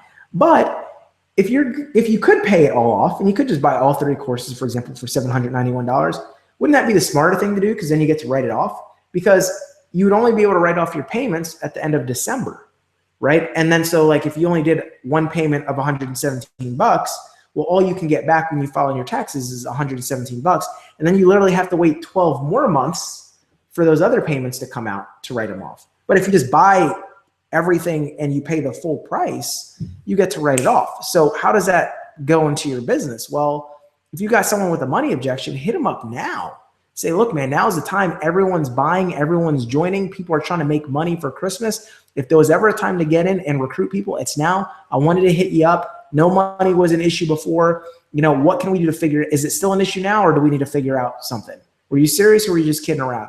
Because look, brother, I want to make you some money fast. And if you start in January, January is great. But if you start now, it's even better because everyone right now, they want to get in. You want to be ahead of the curve. All right. And it's a tax write-off now. So I'd hit them with the tax write-off pitch pretty hard. All right. So let me see. What other questions do we have? We're slowing down on the questions, so I might call it a wrap over here. So let's see. I think I'm getting everyone. Oh, I'm only really answering. Is there questions? Network marketing wouldn't be as badass without you. Thank you, Beast Mode Bailey. I'm honestly I haven't really been reading the questions that are not in question format. Okay. So let me just see if I missed any. Oh, here's Matthew. He didn't put this as a question mark, so I didn't see it. How do you handle when they say you sound too defensive when answering their questions? I would take that as a learning note, and I would sound less defensive. Sounds crazy, right? If you're coming defensive, like maybe learn from that. You know, don't try and be like, how do I make them think I'm not defensive? Well, ask yourself, like, wait, what am I saying? You'd be like, oh man, dude, I'm really glad you mentioned that. Like, I didn't mean to sound offensive. What did I say that sounded defensive right there? And then they're going to go, well, you said this, and be like, oh, dude, no, I wasn't trying to be defensive, like, at all. But thank you for pointing that out. I'll have to make sure I don't do that in the future. All I was trying to illustrate was, bam, I didn't want to tell you more about the company. You know, I wasn't trying to avoid the name of the company. I just figured, to be honest, you probably never would have even heard of it in the first place, you know, because if you had, you'd probably already be a member. So, you know, but the name of the company is blankety blank. But, you know, really, it's not about the name of the company. It's more so about what we do. And what we do is this, and we provide this, and we provide that, you know, and would this or that, these things that do, would that be of value to you? Would you be interested at all in any of those things? Because that's really what it's about. It's not about the name of the company. Now, here's what's cool. Dude, you want to see some evasion without being defensive? Prospecting mastery, dude. There's a comment that someone posted, and he goes, dude, you do have incredible stamina, the way that, like, I bob and weave, like, questions when people are asking me, like, what's the name of your company? What do you guys do? What's the, and like the way that I never sound defensive, like the way that I avoid those questions without sounding defensive is like crazy. Like, it's like the Matrix. I'm like ducking bullets slow motion because they're asking me questions that I don't feel like answering, but yet I'm acting smooth. You know, and never sounding defensive, never sounding evasive, you know. Prospecting mastery is a banging course for you, Matthew, and calling and closing so you hear how I do it on the phone is going to probably be really advantageous for you, brother. If you consider pulling the trigger, those are two directions I would highly recommend in getting anything. So, but learn from that, man. If you're sounding defensive, you might be. All right, Tanya's over here taking pictures of me. All right. So learn from that, my friend. What else do we have? Oh, any tips on working the business? Here's a cool one. Any tips on working a business as a couple? My wife wanted me to ask. Yeah, you know, define roles maybe. Oh, be careful. Tanya's walking in the door. Happy wife, happy life. Tanya says, let the wife do everything. There you go. Let the wife do everything. Happy wife, happy life. All right. Yeah, you can hop in on camera here.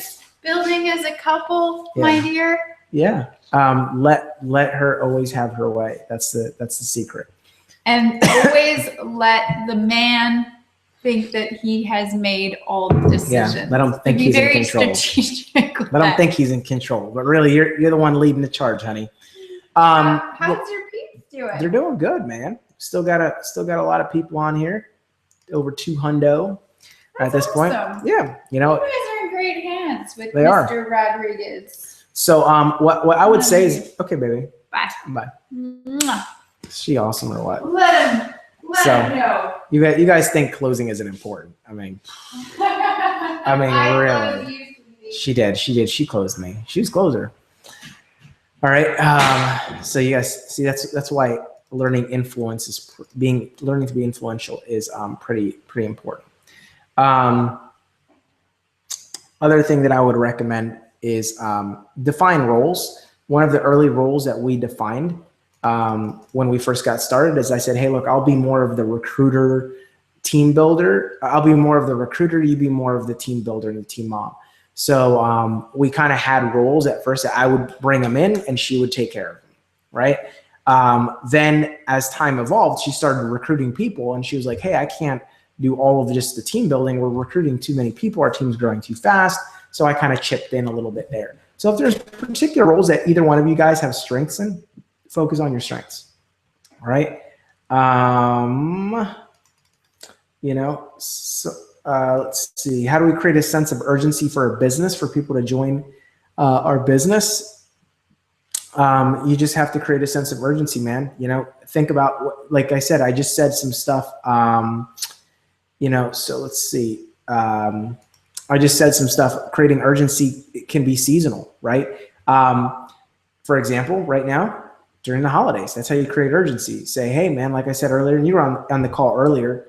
Or you were on the webinar earlier here where I said the whole pitch about like, hey, look, man, right now everybody's hiring. Everyone's, everyone right now is spending money. Everyone right now is looking for gifts. All companies are hiring to try on of all these oncoming people that are spending money.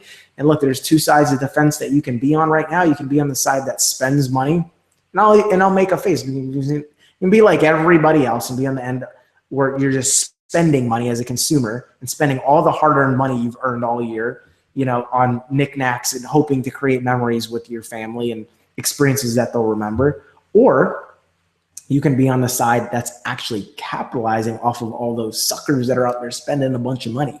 You don't have to say suckers, right? But you can just give that vibe, or you could be on the receiving end of where all the money is. So there's a lot of money movement right now. It's just a matter of what side of the fence do you want to be on.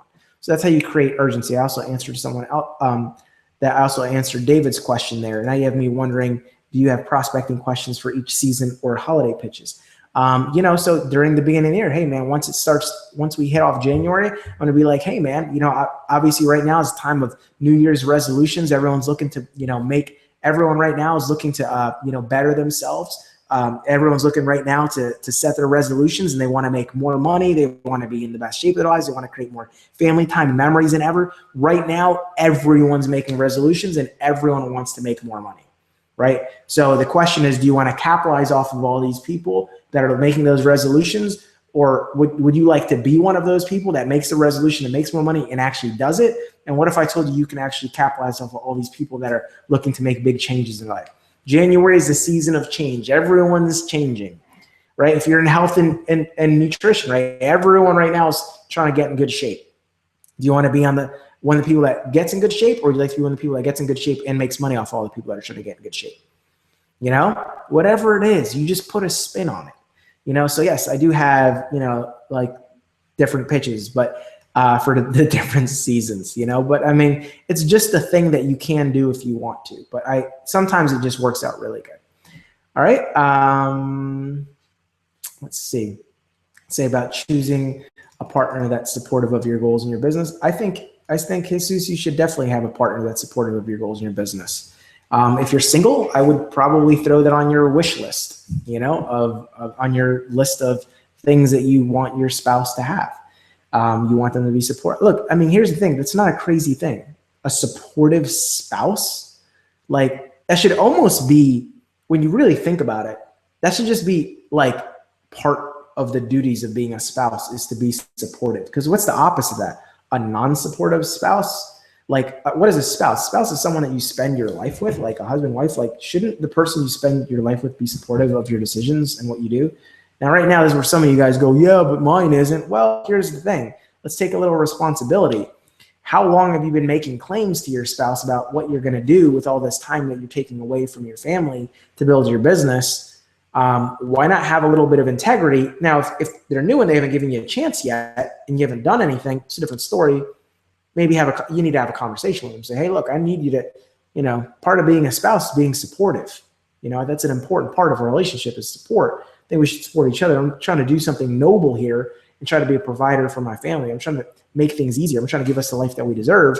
So I'm not asking for a lot. You don't have to hop in the field and do things with me, but could you at least be supportive? I don't think that's too much to ask. And if you have a serious conversation, say, look, I'm doing this for us. Here's my goals. I want to put some of your goals on my dream board and my list. So what do you really want? Because I want to get some things for you. What are you looking for? Do you want to retire? You want what kind of car? Let me write that down. Let me put some of your things on my vision board. You know, they're going to be like, wow, you're doing stuff for me. Yeah. Okay. Yeah. Go on. Work your ass off. Yeah. You want a better wedding ring? We're due. 10-year anniversary around the corner. Got it. Done. Let me put that better engagement ring. These are all the things I'm going to run for. I'm going to need your support. Don't neg me out.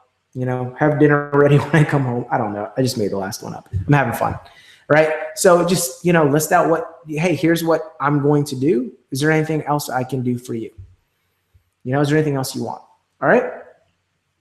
So, all right. So let's see. So, you know, and here's the other thing. Have some integrity. If you've been saying that you're going to do stuff, but you haven't been doing it for a while, time to step up and do those things, right? So some of you guys need to make a line in the sand and just say, you know what? Now's the time. I'm going to work. Honey, I've said it before. I apologize. You get to start over. You can start over right now. You can say, look, I just finished like a 2-hour hangout with Cesar Rodriguez, one of my mentors. He said some stuff, man, and you know, let me just tell you, it really impacted me. And honestly, I haven't been doing things right. I'm about to start doing some things right. Have a reason for the change, though. You know, I mean, you might not say that, hey, I just bought all of his courses, or I just went all in and got a new series that's gonna let me watch him in action, hear how he makes phone calls. I'm gonna steal all his secrets. You know, you don't have to tell him that you spent the money on it. Right? Let him find out after you've recouped your investment by making some more sales. But but you might just say, hey, look, I just went through some awesome training, and he hooked me up with a whole bunch of other training where I'm literally going to see live footage of him doing this.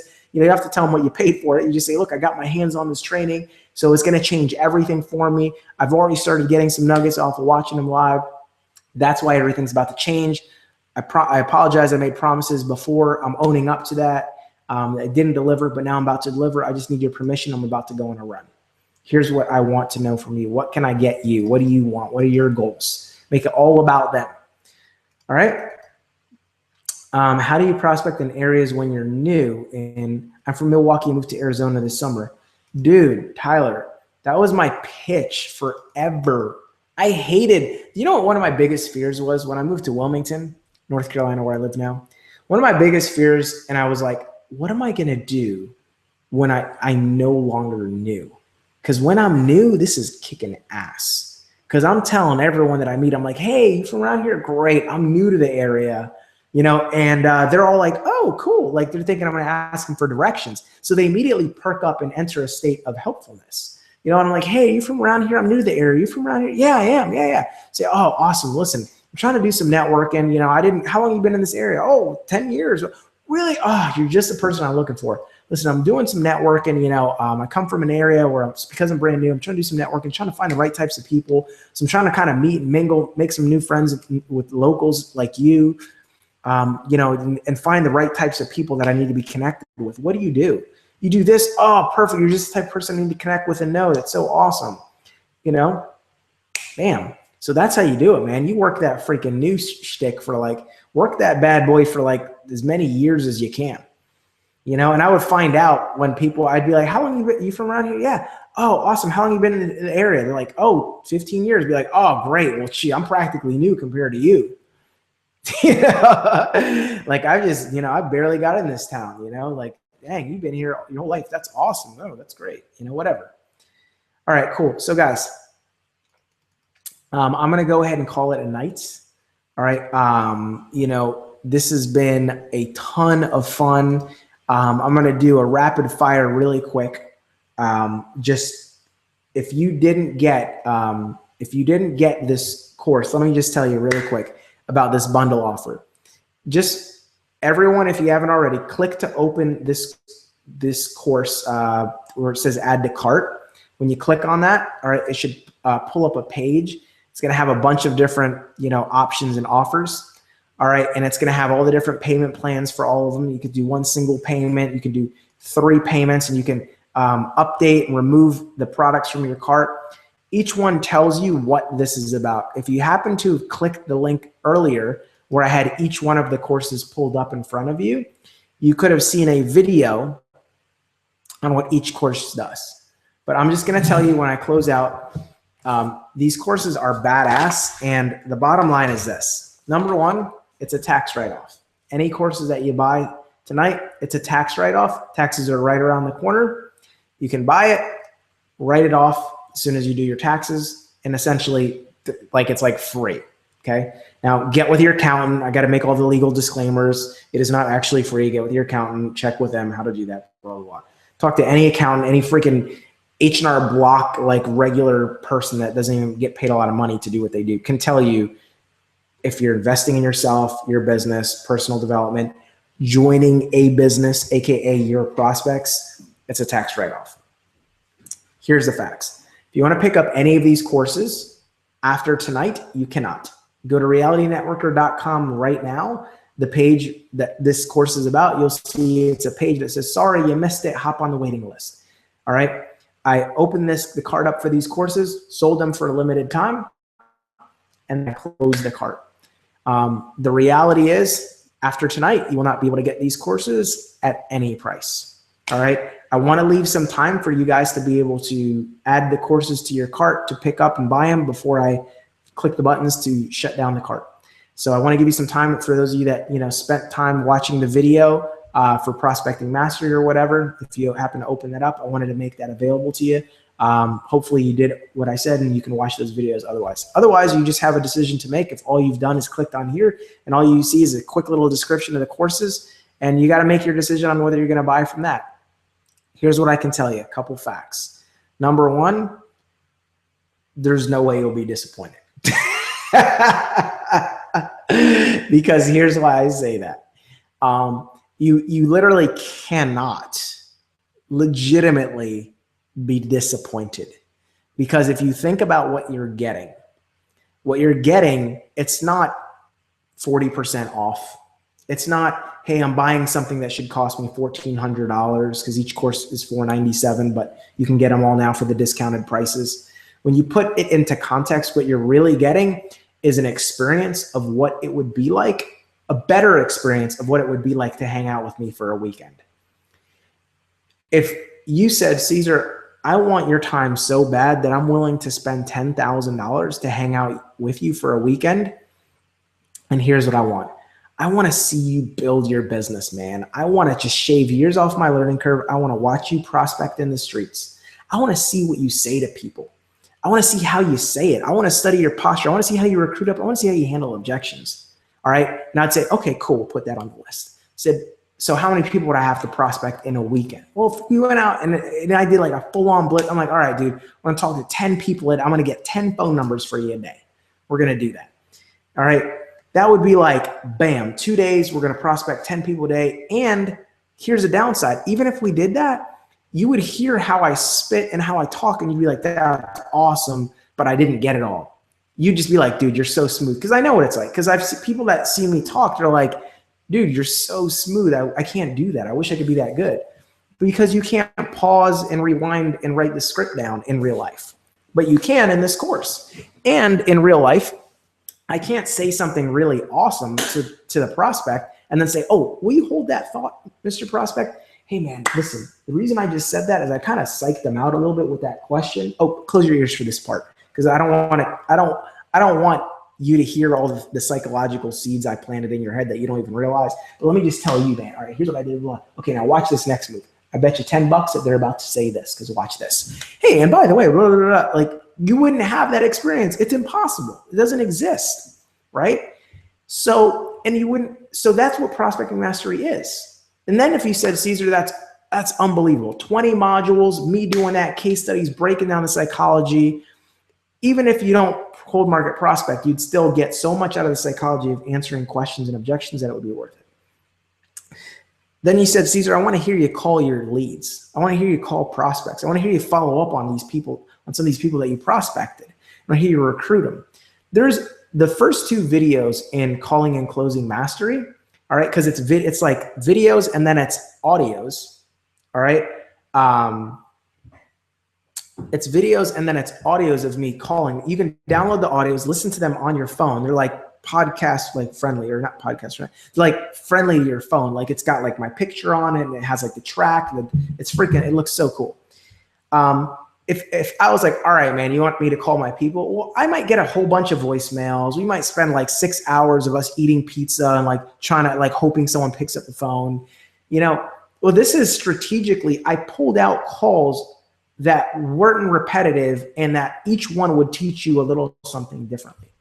So it's like not even, I couldn't even get 6 hours, you know, of, you wouldn't even get that amount of value probably that I did in those phone calls. Because though, like, even though it's 6 hours, it's probably I had like 30 hours and carved out the best calls that would help you handle objections, and calls that were a little bit different. So you hear how I open up with urgency, you know, you hear how I use, like, our company was expanding into Puerto Rico during that time. So I use that on every call for like urgency. Hey man, Puerto Rico just opened. Here's what we're doing. Boom, boom, boom, boom. And I just creamed it. And that's just my excuse for creating urgency for people. All right. So again, you get to hear all of that. Then that's me handling objections. The first videos in that course in Calling and Closing Mastery, it's a video of me calling up, you know, a prospect, the girl that I prospected at the mall.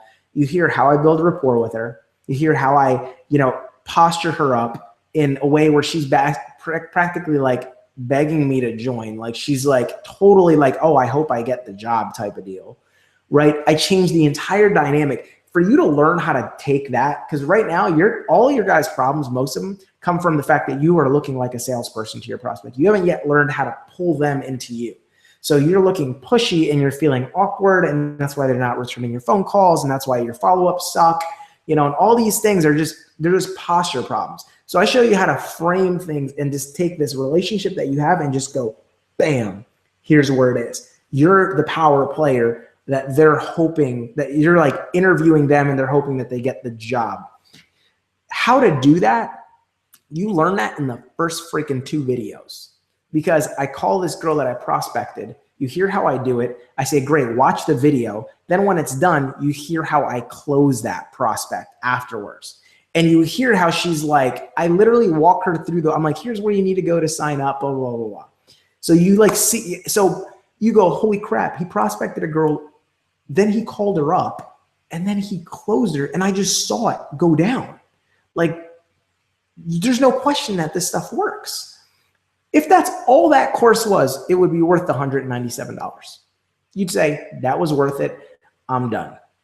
And there's so many comments underneath just those first 2 videos where people were like, that was worth the cost of the price. I took 10 pages of notes on that one interaction, right? The before the video, I used the video to do the presentation, and the after the video, how I frame my presentation. A lot of you guys don't know how to frame your presentation, so that's why you're screwing up.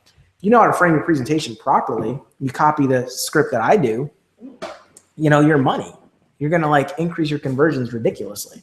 So that's Calling Closing Mastery. Oh yeah, and there's 6 hours of phone calls that goes with those videos. So you hear how I sell someone network marketing, how I sell someone in another company, how I answer objections. Yes, yes, this is live. Hapoka.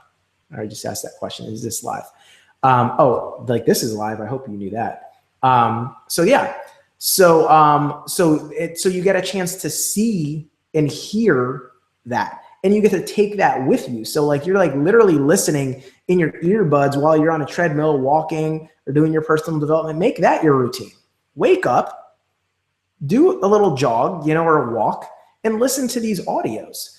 You know, you have a workbook too, so you can, you know, take notes and you can say, okay, cool. Here's what the sessions are about, right? It says that, right? You know, asking the right questions to do a presentation with a motivated yet, you know, motivated young adult. How to handle the money objection with a young person. So part 2, you know, how to make a new best friend and successful presentation in 2 minutes. How to follow up after someone said, you ever have someone say, well, you know, why don't you pay me to join? Like I crushed this dude in session, you know, in this one call. It's like ridiculous. You know, how to master the takeaway approach. Oh my God. Session 8 on this, that 18-minute phone call is ridiculous. You know, and then it's got and then it has the notes that you would probably take if you were taking your own notes, you know, on there. So it's like, boom, You know, it's got like the notes of what to do, like just a couple, you know, takeaways. So that way you remember the phone calls. All right. So that's calling and closing mastery. So that's the ultimate course when it comes to following up, to inviting, following up, all right, presenting, closing, and objection handling.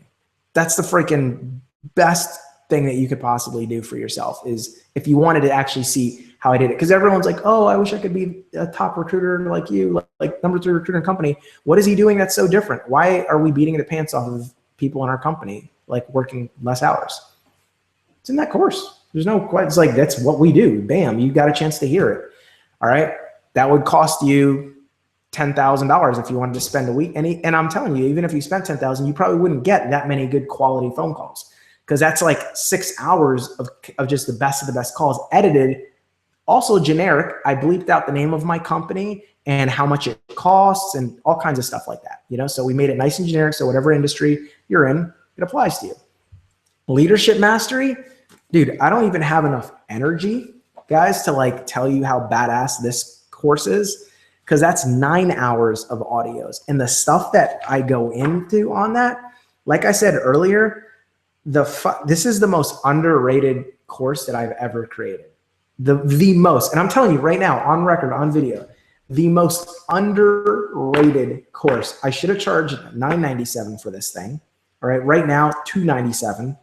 All right, or 3 payments of $117. All right. The most underrated program, because you can't get 9 hours of my time for less than $9,000. You just can't. And if you had 9 hours of my time, you probably wouldn't have asked me some of the questions that some of these people ask me.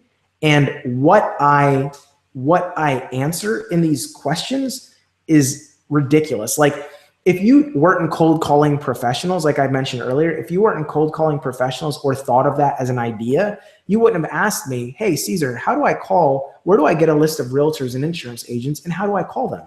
You wouldn't have even asked me that question. Yet I spent 50 minutes answering that for someone else.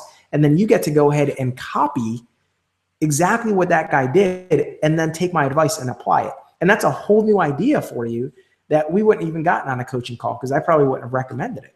But you might love what I say on that. You're like, I need to do that. And now you've got unlimited leads because you're cold calling realtors and insurance agents and recruiting professionals and recruiting up like crazy. You know, how to 3 ways to invite professionals to look at your business, and how to handle and close without an expert. Like, some of you guys don't have good 3-way partners and experts and stuff like that. I teach you exactly how to do that. You know, how to weaponize your why and craft a killer no-fail pitch. There are so many people that you don't know how to tell your story and how to weaponize it and turn your why into a weapon, and how to craft a custom pitch so that people actually listen to you and want to hear your presentation. I do that in leadership mastery. You know, I mean, some of this stuff, guys, is just ridiculous. How the best approach to invite people you haven't talked to for a long time, and how to get your team to go to events. A lot of you guys, number one, have got all kinds of friends on Facebook that you haven't talked to since high school and college and from way back when. Some of you guys have got all of these people that that you just don't know what to say to approach them. I literally do a full-on training for 17 minutes and help someone on my team say, here's what you say exactly. Here's how you do it. Here's how you nail it. And I'm talking to people on my team. So obviously I'm not holding anything back. I'm like, dude, this person, I want them to do this and to win. So you get a chance to steal all of these tips from me and just implement them in your own business, and then look like a rock star when it comes to team building. Because guess what? The reason that you have such bad retention, if some of you guys like mentioned in the questions, you're like, hey, how do I get my retention up? My team isn't duplicating. They're not. And I'm like, look, because people will leave you. People leave people, not necessarily businesses. You know? So be the person that is such a good, see, people don't quit our business as much because we're such valuable leaders that they know every time they talk to us, they're like, oh, that I just got my money's worth. That's really great. I know if I don't leave these people, I know Cesar and Tanya have got my back. I know they're going to give me great training. I know if I stick around close enough to them, they always have answers to my questions. They're always good. I don't want to leave them. I can't get leadership as good as them anywhere else. No one's leaving our company to do something else. I mean, people would leave our company to do other companies, but people aren't leaving Tanya and I, all right, because they think there's better leadership elsewhere. So wouldn't you like to be like that? Imagine if you could be that good. Well, you can steal all the stuff that I'm telling my team, reteach them my advice, and say, hey, look, here's the thing. You're struggling with prospecting. No problem. I got something really great on prospecting. Let's have a call on that later. And then go ahead and listen, to listen to like the third audio where I'm teaching someone, where I teach exactly the system I tell my team on how to invite, present, and close. Copy my system, put it in your team, have your entire team doing that. Do it yourself, and then teach your team. Now you have something called duplication. All right. So another big thing is a lot of you guys have lots of a lot of you guys have company events and stuff like that, and you don't know how to get people to go to them. In that training, you will never have a problem getting people to go to events again. Because on most of these calls that I'm coaching my team, I'm saying, oh, by the way, are you going to the big event that we're having next month or in 2 months from now? And they're going, oh man, I can't, I don't have the money, I don't have the time, I can't get off of work, blah, blah, blah. And then I'm just going, oh, okay, sounds good. Well, look, man, here's something to consider. And you'll hear me launch into like a third-party story or a first-party story that you can totally steal from me. And you can say, hey, let me tell you about one of my mentors. He actually had a similar situation. All right. And you can tell my story or any of the stories that I share, and you literally hear people go, oh, I can't make it, man. I don't have the money. I can't even go, blah, blah, blah. And then I talk to them and they're like, you know what? I'm going to buy my ticket right now. And I had someone buy that course. I had someone buy Leadership Mastery. And then they literally saw me at the event. They happen to be in the same company. And they posted their testimonial. I think I maybe showed it in the video, but I have a screenshot of it somewhere. And it's like, dude, thanks to Reality Networker, I had like 4 more people, or they had like no one coming to the event. Then they listened to what I said, copied it, and got like 6 people to go to their event. And like 4 of them told him that there was no way that they could go beforehand. And he turned them around. You know how huge that is? You get people to your big company's big event. They see the vision, they get around it. Dude, then all of a sudden they become like bulletproof because their belief level shoots up and they kill it. All right. So that's my little soapbox, guys, about those courses. I took the pages away unless you were fortunate enough to click on them where I do the video overview on it. I took those pages down, so you just have the order link page up, and that's what you should see. If you're watching this on our Hangout here, you can just go right there. All right. So, if for some reason you're not watching this or you got disconnected from our Hangout and you happen to see this on YouTube or something, email me like right away, like right now. Like email me, shoot me an email somehow, find me. Shouldn't be too hard to find. You can find me on Facebook, Cesar L. Rodriguez. Just spell my name right. Shoot me a Facebook message, shoot me a personal email, Cesar910, or actually, yes, Cesar, what should I do? You could do like my Gmail, only just for tonight, like Cesar910@gmail.com. Usually I don't get those messages because it's like my private email. Cesar at Sales School, support at Sales School. You can hit me up, different addresses. Yes, so, the best one, because no one will spell this wrong, support@salesschool.com. That's a great email to have. Support@salesschool.com, and say, hey man, I didn't see the order pop up, so I couldn't order the courses, but I wanted to. If you had any problems ordering, support@salesschool.com. School is spelled SKOOL. So sales, plural, and then another S for school, SKOOL, like old school. So support@salesschool.com if you had any problems ordering. Any drama, someone said, hey, was I supposed to get an email when I ordered? Yes, you were. If you didn't get one, check your spam, check your promotions folder. If you're like on Gmail or something like that. And if you didn't get it, email me, support@salesschool. 90% of the time, you just made a typo when you typed in your email address. It happens. People are excited to order and buy. All right. So that's the deal, guys. I'm closing the cart at midnight Pacific time, so you've got a little bit of time to watch the videos if you pop them over and you're the type that like you need to have the detailed overview and you're like, I want to see everything that's inside it. Okay, you can do that. But if you just trust for the fact that you've been on here for 2+ hours with me, you know that I deliver the goods when I train. This is what I give for free. If you go, hey, you know what, I trust that I can't go wrong with Cesar. If this is how he delivers for something free, I can't imagine what he'd probably do if I got to see him in action and he put together a strategic course. If you trust me at least that much, then go ahead and invest in yourself, pick up the courses. I would be very much honored to be able to help you guys take it to the next level. The reason that I created courses, guys, is because honestly, I have a heart big enough to where I want to help everyone that I can. But I learned as I started to grow in my business, my heart is bigger than the time that I have available. You know, so I have a heart this big, like where I want to help everybody, but I just can't. I literally can't. And it's funny because I talked to a friend today, who's like, he's a history teacher, and he's like, he wants to create this course, or he's like, he wants to create and put all these lessons together.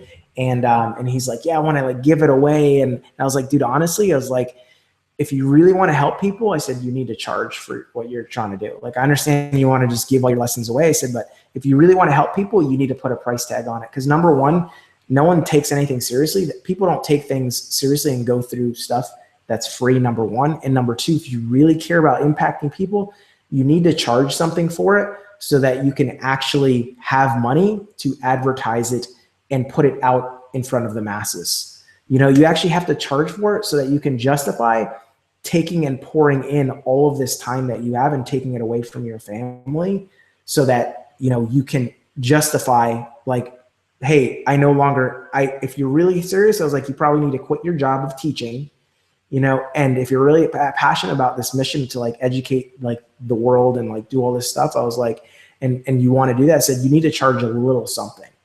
You know, you need to charge a little something, and just don't charge as much as what it's really worth.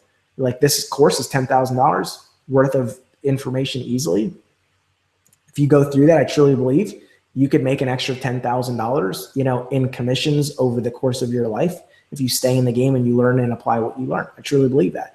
But I'm not going to make it. I'm going to make it a fraction of that, less than 10% of what that is, just so you can justify the advertising that's required to get it out there, you know, and to take away from your time and your family. So you need to do something to pay the bills. So I told him to do that. And that's kind of what my passion was with this. I said, I don't want to just do mastermind sessions for $10,000 a pop and only help the rich and elite that have got that kind of money. I want to create something for the masses, you know, get in their hands. And that's what this course, guys, it was my passion project. So I'm excited that I got a chance to bring that to you guys. Thank you guys so much. I'm so blessed. People are asking about the B10XB wristbands. If you go to b10xb.com, you can hop on the waiting list for the B10XB clothing line and the wristbands. And again, that's just, that's going to be, that's my movement. I didn't have time to talk about it today, but if you go to b10xb.com, pretty easy, just copy it off the shirt and just throw a little .com at the end of it. And what'll end up happening is you can get on the waiting list and you can learn all about B10XB,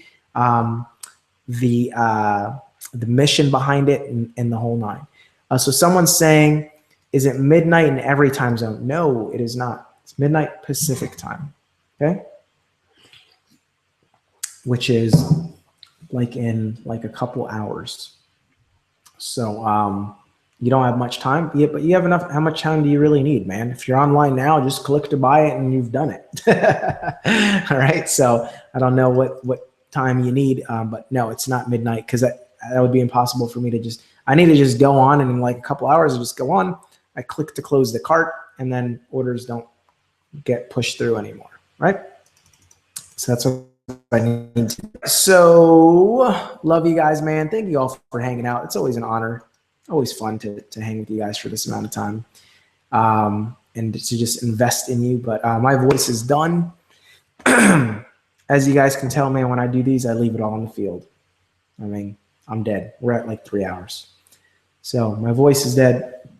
Probably won't be able to talk for a day. But I just want to give, man. I want to give back and help you guys. All right. So thank you all so much for all of your time. Gracious. I never take it lightly. And thank you for allowing me the opportunity to invest in you. And I hope you guys do choose to invest in yourselves and get that course, because it just allows you to take me with you. And I'd love to be able to do that physically, but I can't. So the next best thing I can do is we can do it virtually. All right. So appreciate your guys' time. Take care and God bless.